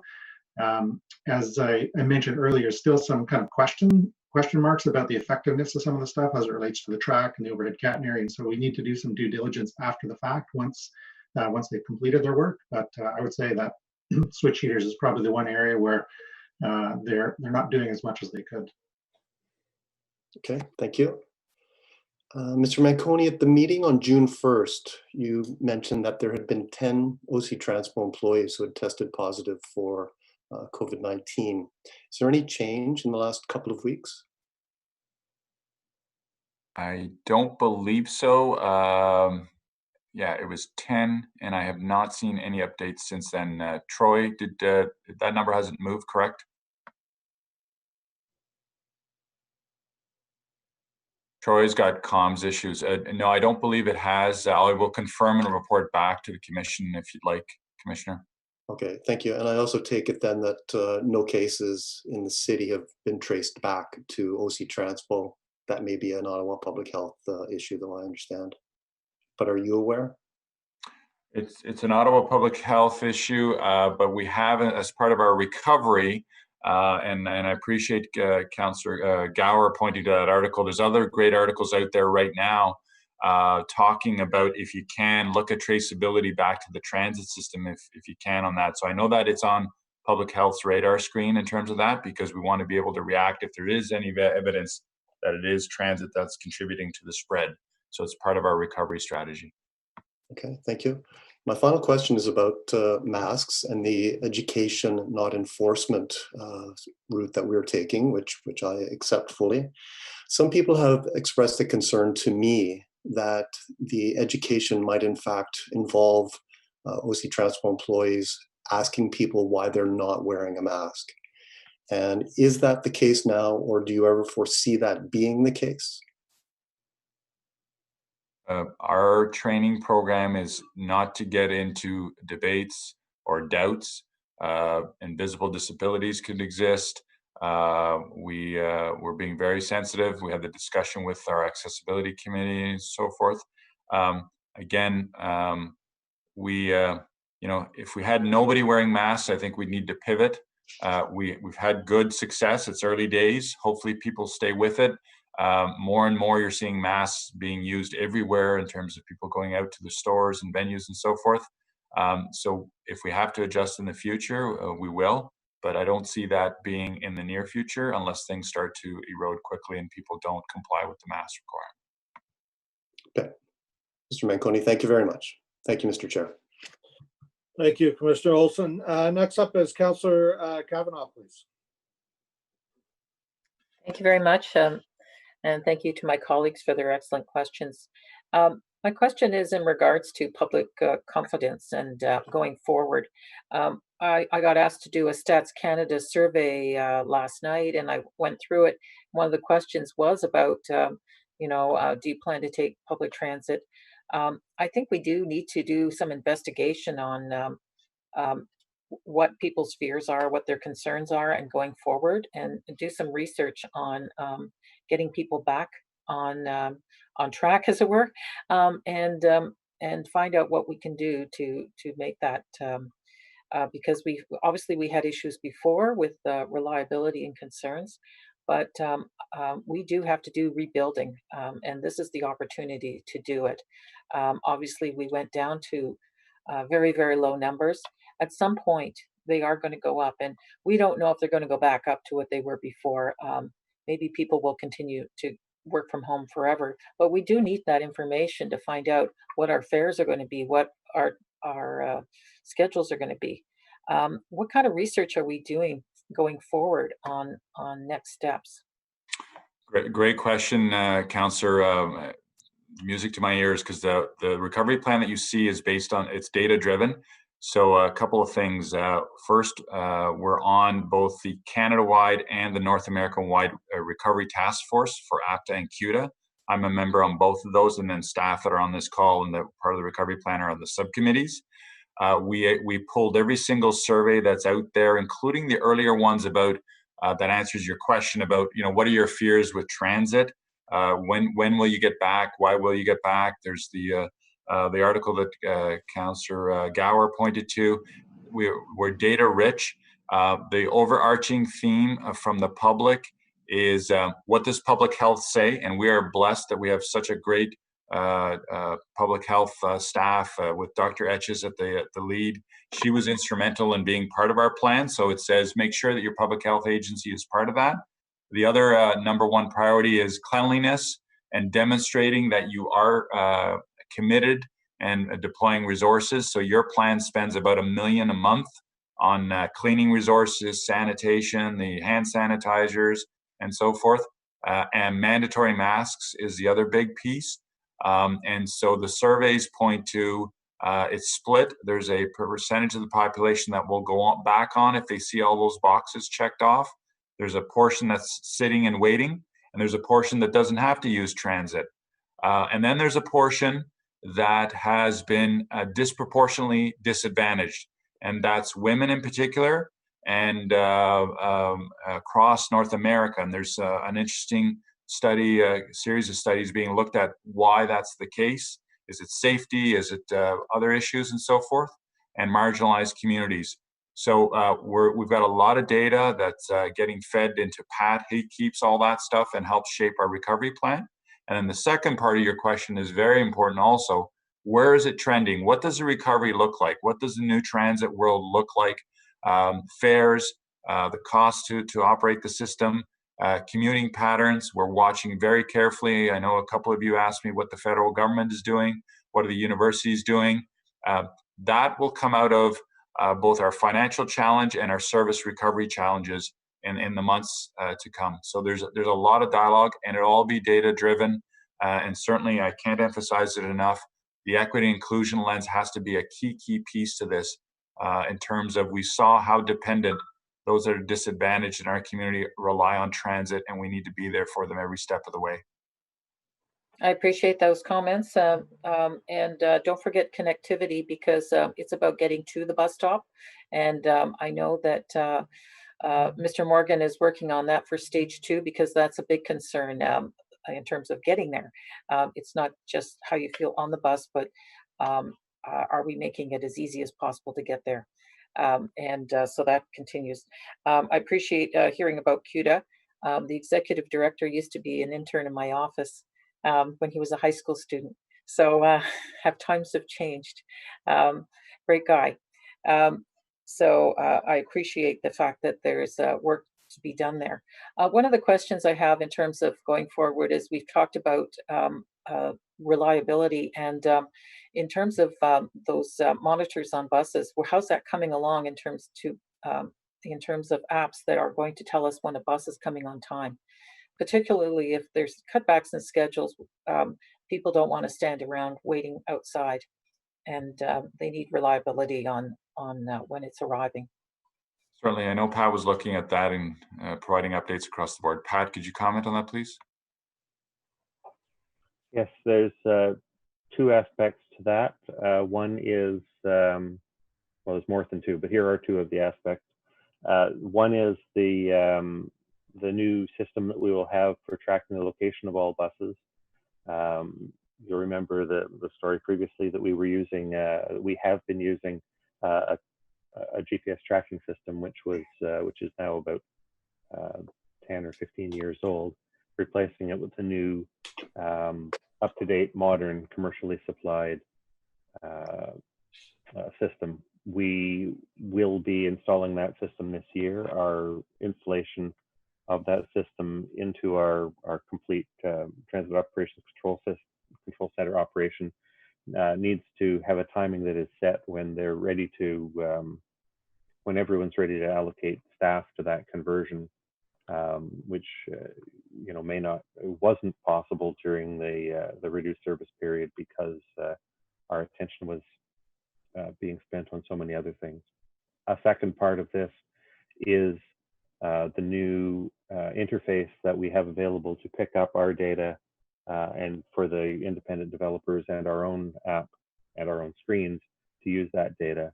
And we're getting closer to pushing out that new API, as it's called, to make it available to those developers so they can start to change their apps to pick up the more detailed information that we'll be publishing once the dispatch system is replaced. Great. Can we see that this fall? I expect we will see it. I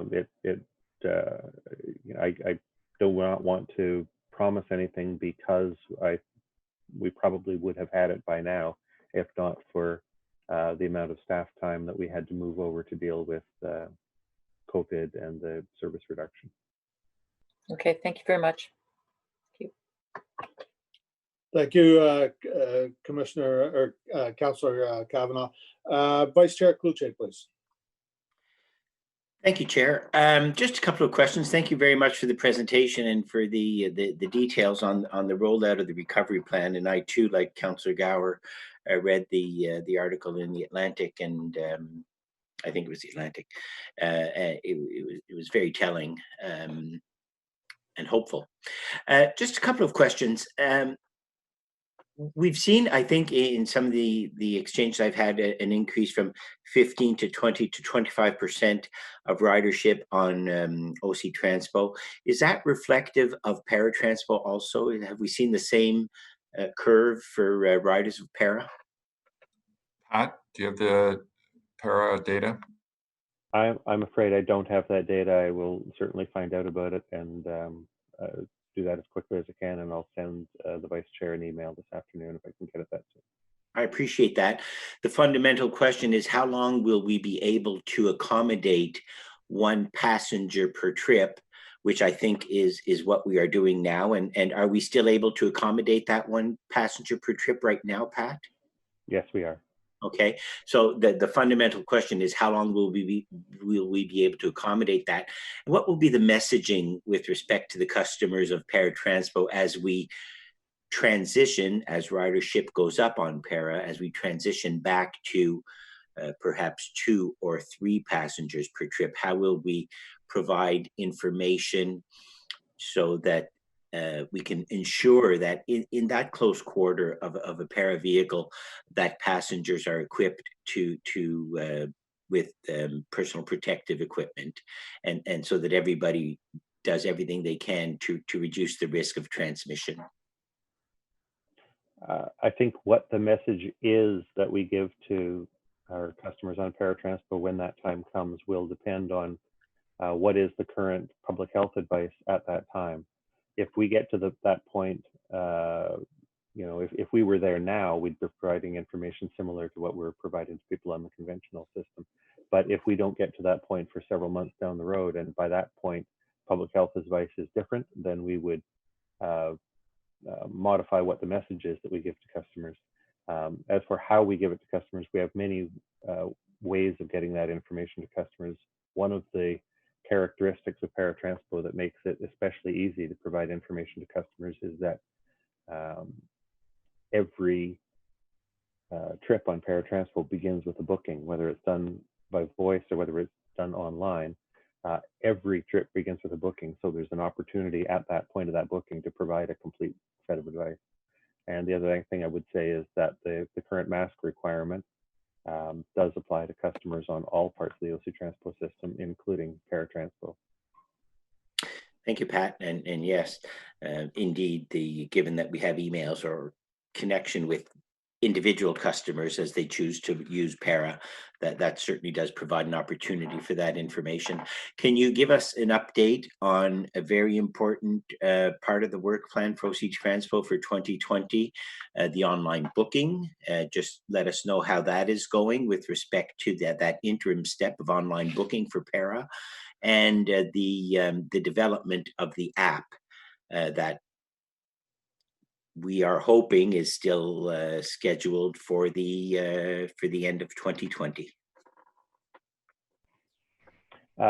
We are still on track. There have been, to this point, no delays resulting from non-availability of staff as a result of the pandemic. We continue to be careful about that. There are many steps along the way with many crucial groups of people, both who work here at the city or at the vendor. So it's going well so far. We are still on track at the moment, but we remain wary that the public health situation and the need for people's availability to get it done may be more fragile this year than it would otherwise be. What is can you give us just a quick percentage of the number of Para trips that are being booked online versus the interim web form? Again, I don't have a detailed number for that, but I can tell you there continue to be trips booked online and cancellations received online every day. But first of all, with the number of trips being made being so low in comparison to where it would normally be.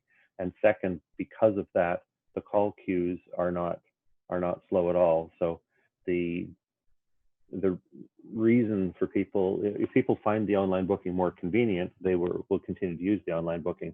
But if they were using the online booking because they didn't want to sit in a long call queue, our call queues are not long right now because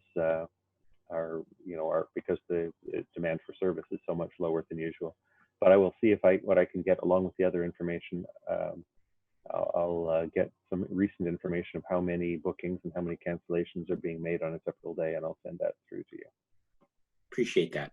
And just one more, just Chair, if we could, I think there was an unanswered question from Commissioner Karakata with respect to doors being propped open at transit stations. And I don't know if Mr. Charter has overcome his technical issues. I just want to bring to the attention that that question remains unanswered. And those are all my questions and comments. Thank you, Chair. Thank you, Vice Chair. Troy, are you able to jump in yet? Or? Well, maybe I'll just test. Are you able to hear me? Yeah.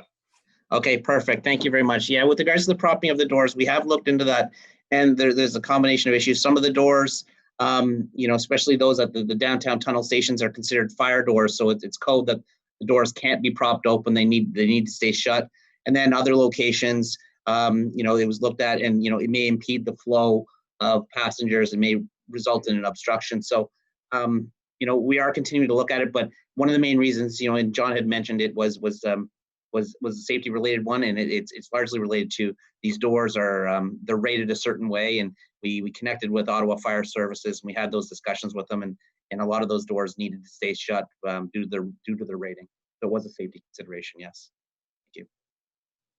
Thank you. And any of the other questions you were asked, did you want to jump in, Troy, right now? Or?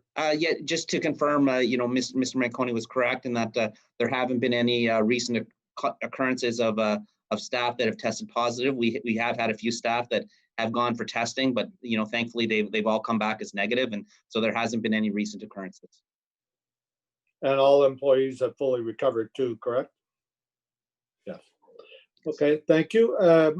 Next up is Commissioner Wright-Gilbert. Sorry, me again. I'll try to keep it short. Two things. One, I just want to say that I support Councillor McKenney's request to have RTM, RTG, whatever we're calling them these days, be at every single Transit Commission meeting going forward. I think that it is slightly unfair for Mr. Manconi and his staff to have to answer questions that I think would be better answered or more suited to be directed towards RTM. I think that RTM needs to hear our frustration and our questions and our ideas firsthand, though I suppose they now could watch them on YouTube. But I'd like for them to be held accountable, and part of that is for them to attend this meeting on an ongoing basis. I would suggest until the issues are resolved, though that could be quite some time. The only leftover question I had from my list was about escalator speeds, sorry. So in the fall of 2019, I actually got to experience the early days of R1 service from Saint Laurent Station going east to Orleans. Mr. Manconi may recall a quite lengthy email, although I do tend to send him a few of those, detailing my experience, the issues I took note of, and some suggestions. One of the issues that I raised was the escalator speed that it's traveling. I suppose during these times where R1 service is implemented, and there is a lot of people trying to travel from the train itself up to the bus platform. So this is specific to Saint Laurent Station, but could also be implemented at other stations as well. The escalator speed is too fast because the crowds of people that are up at the top of the exit of the train station into the bus area are such that they cannot, it's a choke point. They can't actually move quickly out of that area. And so what I actually experienced coming off the escalator was that I smashed into, because of the propulsion of the escalator, I smashed into the people in front of me, pushing them and apologizing profusely. And then people behind me were also shoving into me because the escalator was actually propelling them. And so my question is that has any action been taken to address this issue? Because I do know that it's an ongoing issue just from messages I've received from customers. And is it possible to reduce the speed of the escalators during these high volume events? Mr. Chair, I'm going to confirm with Michael. I doubt we'll be able to answer that question today. I'm happy to take it and get back to the commissioner on the escalator, because escalators, believe it or not, it's highly specialized. They're very rigid in terms of what's permitted and not. And a lot of it stems from a very bad subway fire in England. So I'm happy to take the question and get back to you on the speed variability, unless Michael can answer that today. I don't know if Michael, are you aware? I don't have an answer for you, Commissioner, but I'll check with Michael. Yeah, we would have to take that away. So if you're okay with that, Commissioner, we'll take it away and get back to you on the speed adjustment piece. That's a complicated question in terms of what's permitted and not.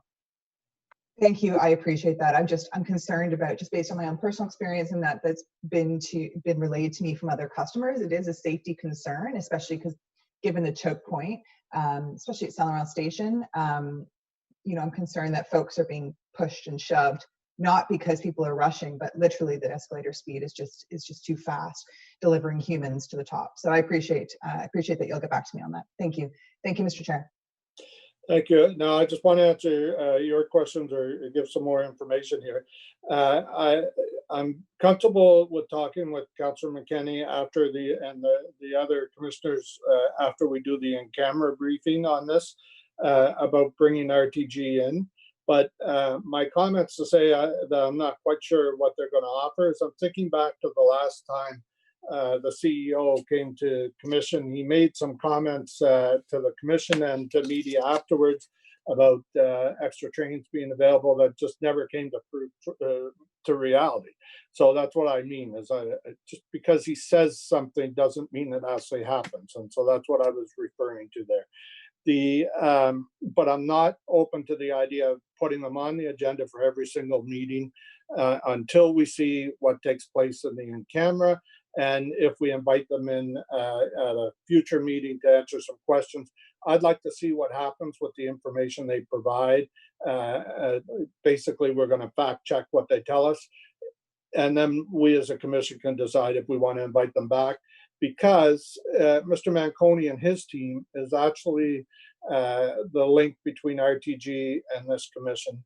I would also add that the city manager, Steve Ganlakis, is very involved in that relationship with city's legal department now as well. So there's a lot of stuff going on in that relationship right now that is not meant for public meetings like the commission, and hopefully gets worked out behind the scenes and things repaired. So with all respect, I'm going to decline your request to add them to every agenda, and let's just go forward with trying to get them onto the next meeting. Okay? Absolutely, Mr. Chair. It was less of a request and just more of a suggestion, but absolutely, I agree with you. Thank you. Okay, thank you. Is there any other questions, folks? Okay, thank you, Mr. Manconi and your team for that update. So we'll move on to item number 3, which is the operating and capital budgets for Q1. I can't remember who asked to hold that. Okay, Commissioner Wright Gilbert, you got your hand up. Go ahead. That was me that asked to hold it, and I guess I'm the only one with questions. So I'm actually surprisingly going to try to keep this short. In a number of places in the Q1 status report, there's costs that are attributed to insufficient number of trains to meet regular service levels. In document 2, it indicates that we've spent over 300% of the planned budget for transit customer systems and planning, as well as safety, compliance, training, and development. Both of these cost overruns are noted to be as a result of non-performance by RTG in delivery of line 1. And then in document 3, OLRT transition is noted to be over budget by approximately $34 million. So my question is, with all of these costs that seem to be related to the late delivery of line 1, insufficient number of trains, and so on and so forth, how much of these costs can be recouped from RTG? So Mr. Chair, we're following what we've told you in the past. We are tracking all of the costs that are related to these interruptions, and that's part of the not paying RTG also. In addition, you'll recall when they achieved RSA, there was substantial amounts of money that was held back to recoup costs for the delays. And those costs keep accumulating. For example, the dedicated R1 buses are on there and so forth. So we're tracking all those. Our intent is not to pay RTG their monthly payments and to bill them all that stuff that we've shared with you in camera. Whether or not we're successful in that regard, I mean, they're challenging us on this stuff, as you know, but it's all being tracked and billed back to them. Thank you. I can appreciate that. Hopefully, we will one day get our money's worth. Thank you very much, Mr. Chair. Thank you, Commissioner. Next up, Vice Chair Cloutier.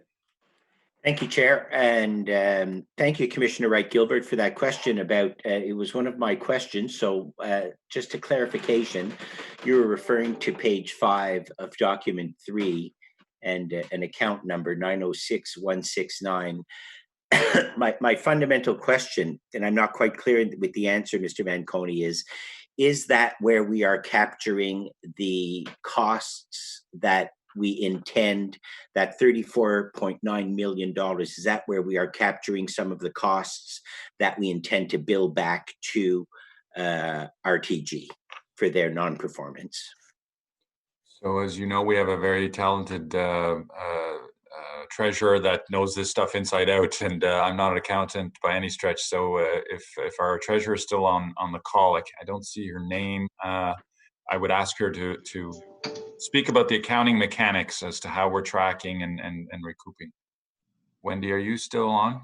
I am, John. Thank you very much. And Councillor Cloutier, you are correct. Yes, the costs are falling within that capital account, so that's where you see that large number from. So we're tracking the good majority there. Again, to John's point, with the hopes and the want to recover those funds from RTG. So that's the, I'm going to suggest, a significant variance that you see on this report today. Okay, thank you. It's Isabel, if I could add to the 34 million does not reflect the Mobility Matters deduction of 30.5 million that we had also offset on the last RSA payment. So there is a $30 million to offset a large portion of that 34. Okay, so just to be clear, that a portion of that is what we expect to get back from RTG, but that is not the, and it's part of the claims and it's part of a legal process, but that is not the entire amount. Does that reflect reality? Yeah, no, it's great that Isabel's on the line also. Isabel was explaining, reminding us all that we held back large amounts of sums to RTG, and it was under the title of Mobility Matters, which was one of the provisions in the contract. So that's the $30 million that Isabel was referring to. Okay. Just a couple more questions in document 3, page 1. The 6th item from the bottom of page 1, in account 908990, Prince of Wales Bridge pier work, $5 million. It is not a transit bridge, I know, and we just had the briefing from the Société des Transports de l'Outaouais with respect to their preferred link between downtown Gatineau and downtown Ottawa across the Portage Bridge. What is the nature of this work with respect to, and given the new reality, or what we've heard from the STO, does that work continue to go? How does that relate to transit, the Prince of Wales Bridge? Well, you recall the transit, that bridge is a future connection that needs to be preserved. There's a ruling on that from the federal government. And so that money was originally booked for some pier work that will need to be done at some point. We're looking at that. We're looking at options and so forth now that we know where the STO is. Our intent is to continue to preserve that for a future rail, multi-use pathway, multi-use system.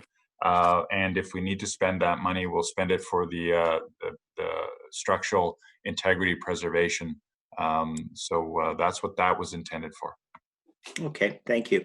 Just one final question, and it relates to a news item I saw yesterday, Mr. Manconi, with respect to the TTC, and they are going to be giving out free Presto cards. I know that as part of our recovery plan, we announced encouraging contactless payment and a project whereby we will ask or encourage or permit customers to use their debit or credit cards to board the bus, and fully supportive of that. As it relates to that, there's an item on page 2, just below item number 900300, just below renewal of city assets, IT smart card, and it's a large amount. 34 million is the project. Can you tell me what that item is and how that relates to part of our recovery plan and accepting other methods of payment, of contactless payment on our buses and trains? Certainly, I'll ask Pat to give a summary of that. Pat? Thanks. Yes, Mr. Chair, that account, that large account of Smart Card is the original account for Presto. So that dates back many, many years. That account is always shows the status, but doesn't show, and Isabel or Wendy might be able to explain more if you want. There's also some recoveries from Metrolinx there that are not shown in the balance. So as we need to do more work to Presto, we have continued to draw on the funds available in that account and to ask council to extend the period for that for that account until we use it all up. We're getting close to that. We've got other accounts we've also used to build the fare system. For instance, the installation of the equipment on line 1 and line 2. And we've got further work that we're working on for the future to equip the stage 2 extensions. But that's what that account was. And so that account has been around a very long time and has a lot of things charged against it. So it's so large because it was the original Presto funding account.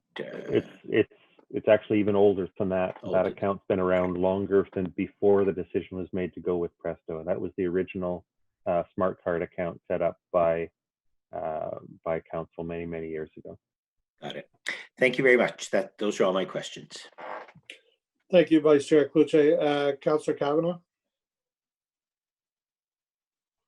Thank you. And in terms of just further to Councillor Cloutier's question about Presto cards, I've asked this before about suspending the cost of Presto cards for people who use Equipasses, etc. Because to get that buy-in, I think there's a lot of people that are. It would be helpful health-wise, so we should be encouraging it, because a lot of people who can't afford monthly passes necessarily, but go through the ticket system, would consider it, except they balk at that small charge. But I think it's a really important one to encourage people to use it, even if it's just sometimes, even if they're not buying monthly passes. Is that possible to suspend the fee of the Presto card to get people, woo them back to using transit again? And also because of the fact that it's a public health issue, because that would encourage them to get away from cash use and tickets. Well, we don't have tickets. Thank you. Councillor, if the commissioner and council wants us to consider any suspension of fees, we would need that via motion. We're following what was in the approved budget. And I know it may not be a large sum, but right now I would encourage you to wait for the financial update, and so that you see the pressures that we're under. It's immense in transit, and we're looking at locking down on every penny that we can. So, but if that's something that the commission wants to pursue, it'd have to be via motion. I totally understand that. And we're talking about rebuilding our ridership, because I'm also aware we've lost almost 90% of ridership, and we have to bring them back. So if I was in a store and I was trying to woo people back, I would offer special prices to get them in the door, to get them back in. So hopefully that's what it's about, and that overall it means more people using this system. Thank you. Yes, yeah, I agree with that. And you may just, we may want to hold off a bit till you see the suite of things that we may want to do exactly what you're talking about. How do we attract more riders? I'm absolutely aligned with what you're saying in terms of the attraction piece, in terms of how we do that. Thank you.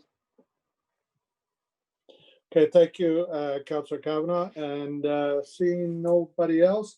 So I'll read the recommendation that the Transit Commission received the 2020 Q1 status report for information. And received?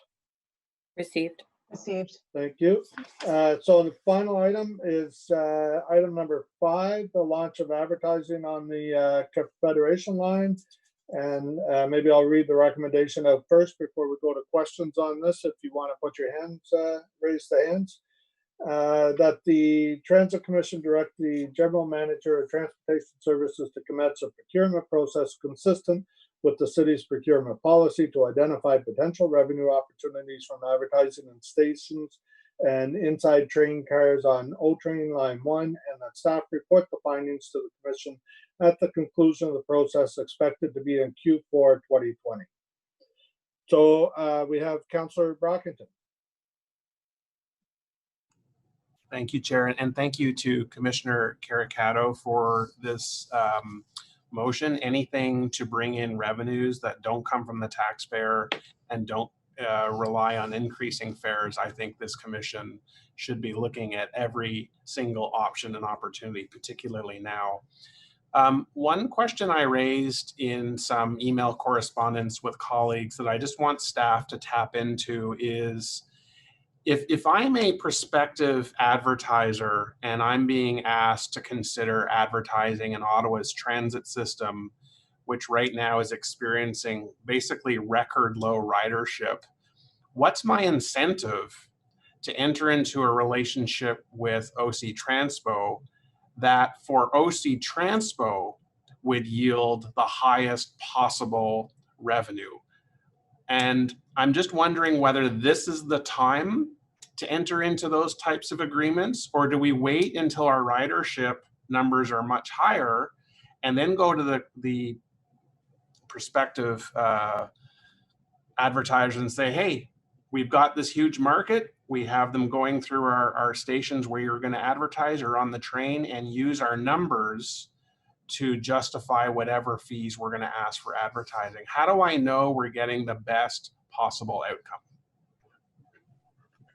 Mr. Chair, that would be part of the work that we'd bring back to you.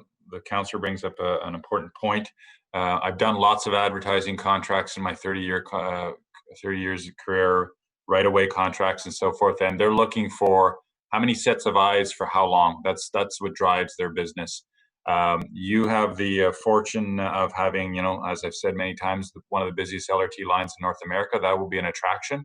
I can tell you right now, they'll chase certain assets irrespective of the volume. They will do things what's called station domination, where they'll take a whole station and whatever the brand is, they'll want to cover every single wall with that. And that's fine if that's where you want to go. I think the challenge in this particular period, if it was pre-COVID, we'd be able to say to them, we move about 100 million passengers a year. Right now, we're nowhere near that. What we would do is twofold in this proposal is, first and foremost, we do a sounding exercise, a confidential sounding exercise with potential bidders, asking them that question along with a bunch of other questions.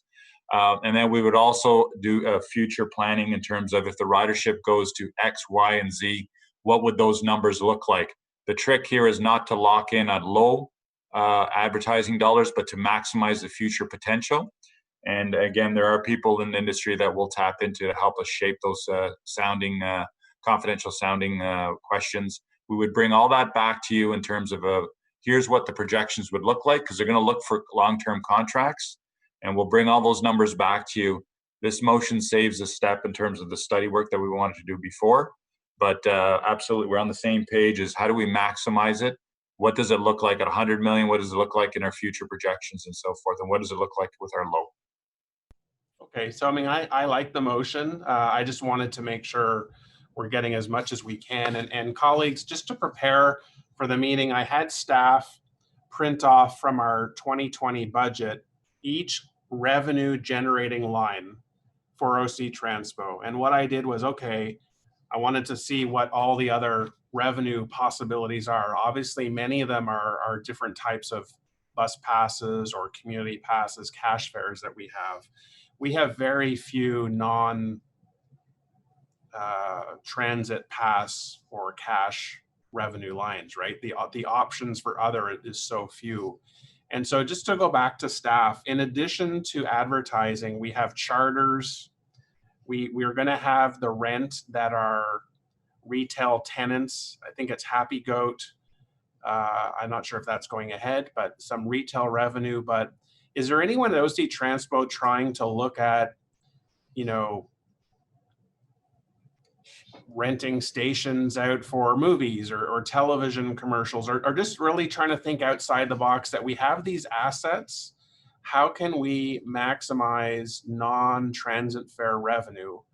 So like I said, I really like the motion before us, but I don't want us to stop just with advertising. If there's anything else that we can maximize, this is the time to ask staff to do it. Absolutely, and you know, the short answer is we all do, and we all think innovatively. We're tapped into, you know, what other agencies are doing around the world in terms of that. Advertising can be a stream. One of the things that we were successful is being, you know, the early adopters of the UPass program. But in addition to that, UPass, everybody thinks it's for universities. We're expanding that. It's called Universal. We're looking at that. We have large condo rental units that are being built around our LRT stations. I can tell you we're in active discussions with those landlords. Some of them are very intrigued to say, how do you lock in continuous year after year purchasing of bus passes and Presto cards and so forth. So we'll look at everything, and if there's ideas from anybody from the Transit Commission, we're happy to look at that. Okay, yeah, I remember recently, Councillor Gower, you had a zoning application on one of your streets, and one of the components of the motion was, I think it was a 1-year pass to residents, which I really liked. So that was great. Colleagues, my last comment is I'm very concerned that given that Ottawa's employment is not as diverse as other cities, we are a government town, federal government town. And if the federal government holds their workers back longer than expecting, if they're not going back in September, some might wait until 2021, our public transit system is going to be impacted further than what we're planning. And I do think there needs to be some political pressure in Ottawa to remind the federal government that even though they've been somewhat cold to help transit systems across the city with their economic challenges, in Ottawa, I think that the problem is compounded even worse because we are a government town and the federal government doesn't send their workers back. Our transit system is really going to suffer and hurt because of those lack of revenues. So I know that's a lot more than what Commissioner Caricato is expecting with his motion on the floor today. But when we talk about the economic realities at Council on June 24th, we have to talk about how do we get people back on the bus and on the train, because that has to contribute to our overall economic vitality going forward. So I just wanted to raise that as well. Thank you, Mr. Chair.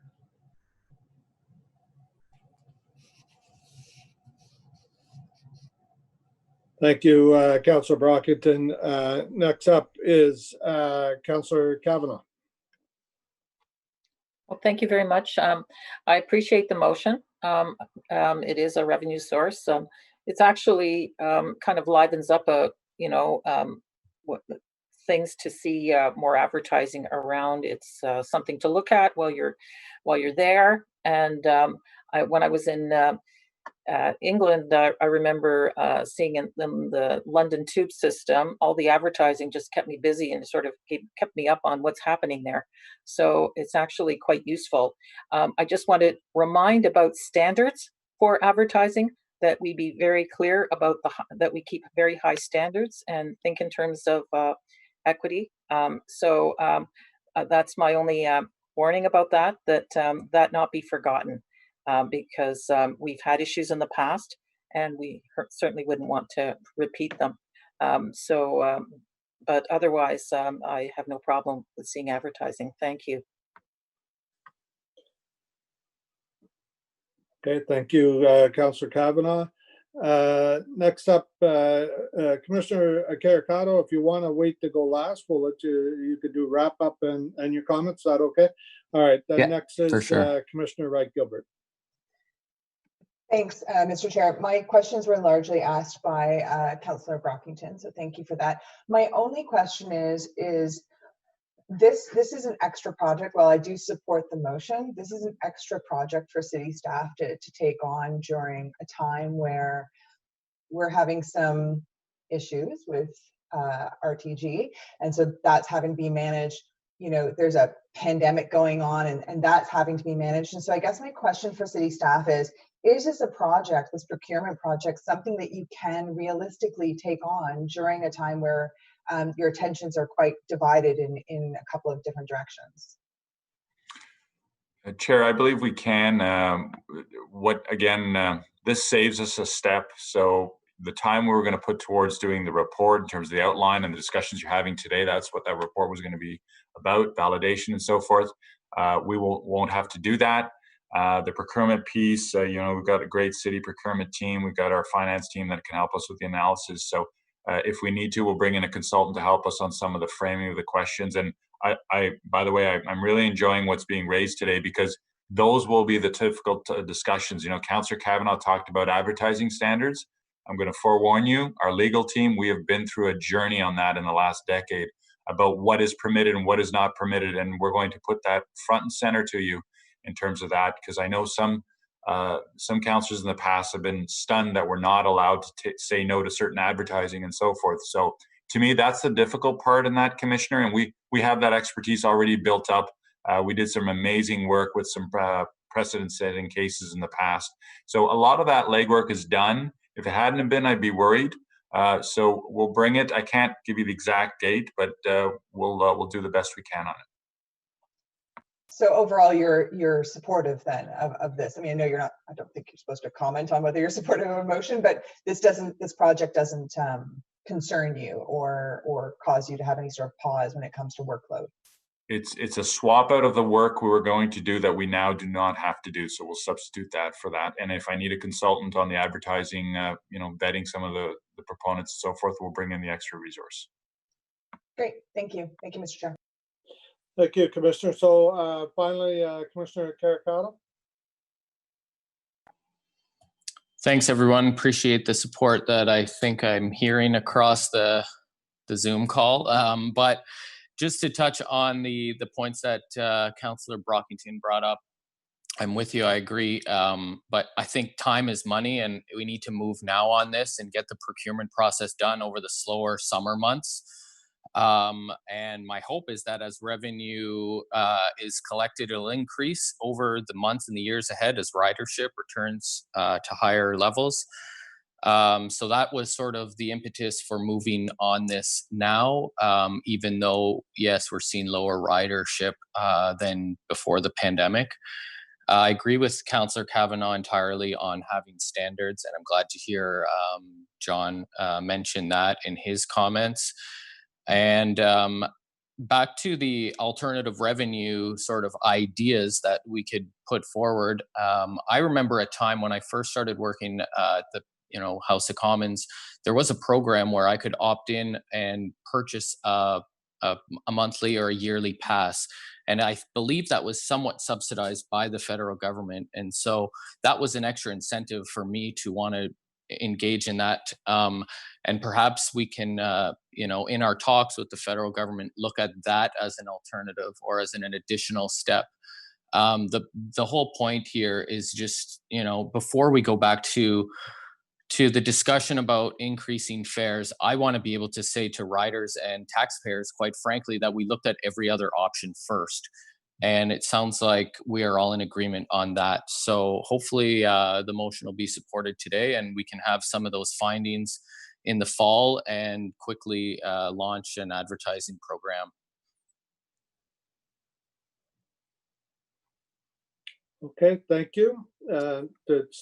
John, did you want to add any more comments before we go to vote? No, thank you, Chair. I think we're good. Okay, thank you. All right, then. Let's see here. Is this item carried? Carried. Carried. Carried. Carried. Okay, thank you all. Great. Okay, now next, is there, there's no in-camera items. Notice a motion. Anybody have a motion for the next meeting? Okay, no motions. Any inquiries? Okay, seeing none, we're going to the last page here. Other business. No other business, so motion to adjourn, please. Adjourn. Adjourn? Adjourn.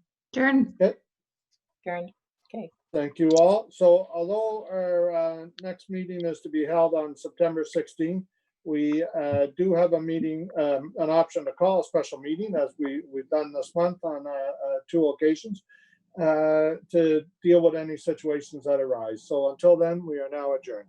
Thank you. Thank you. Have a good day, Have a everyone. good summer. Thanks, Bye, everyone. everyone.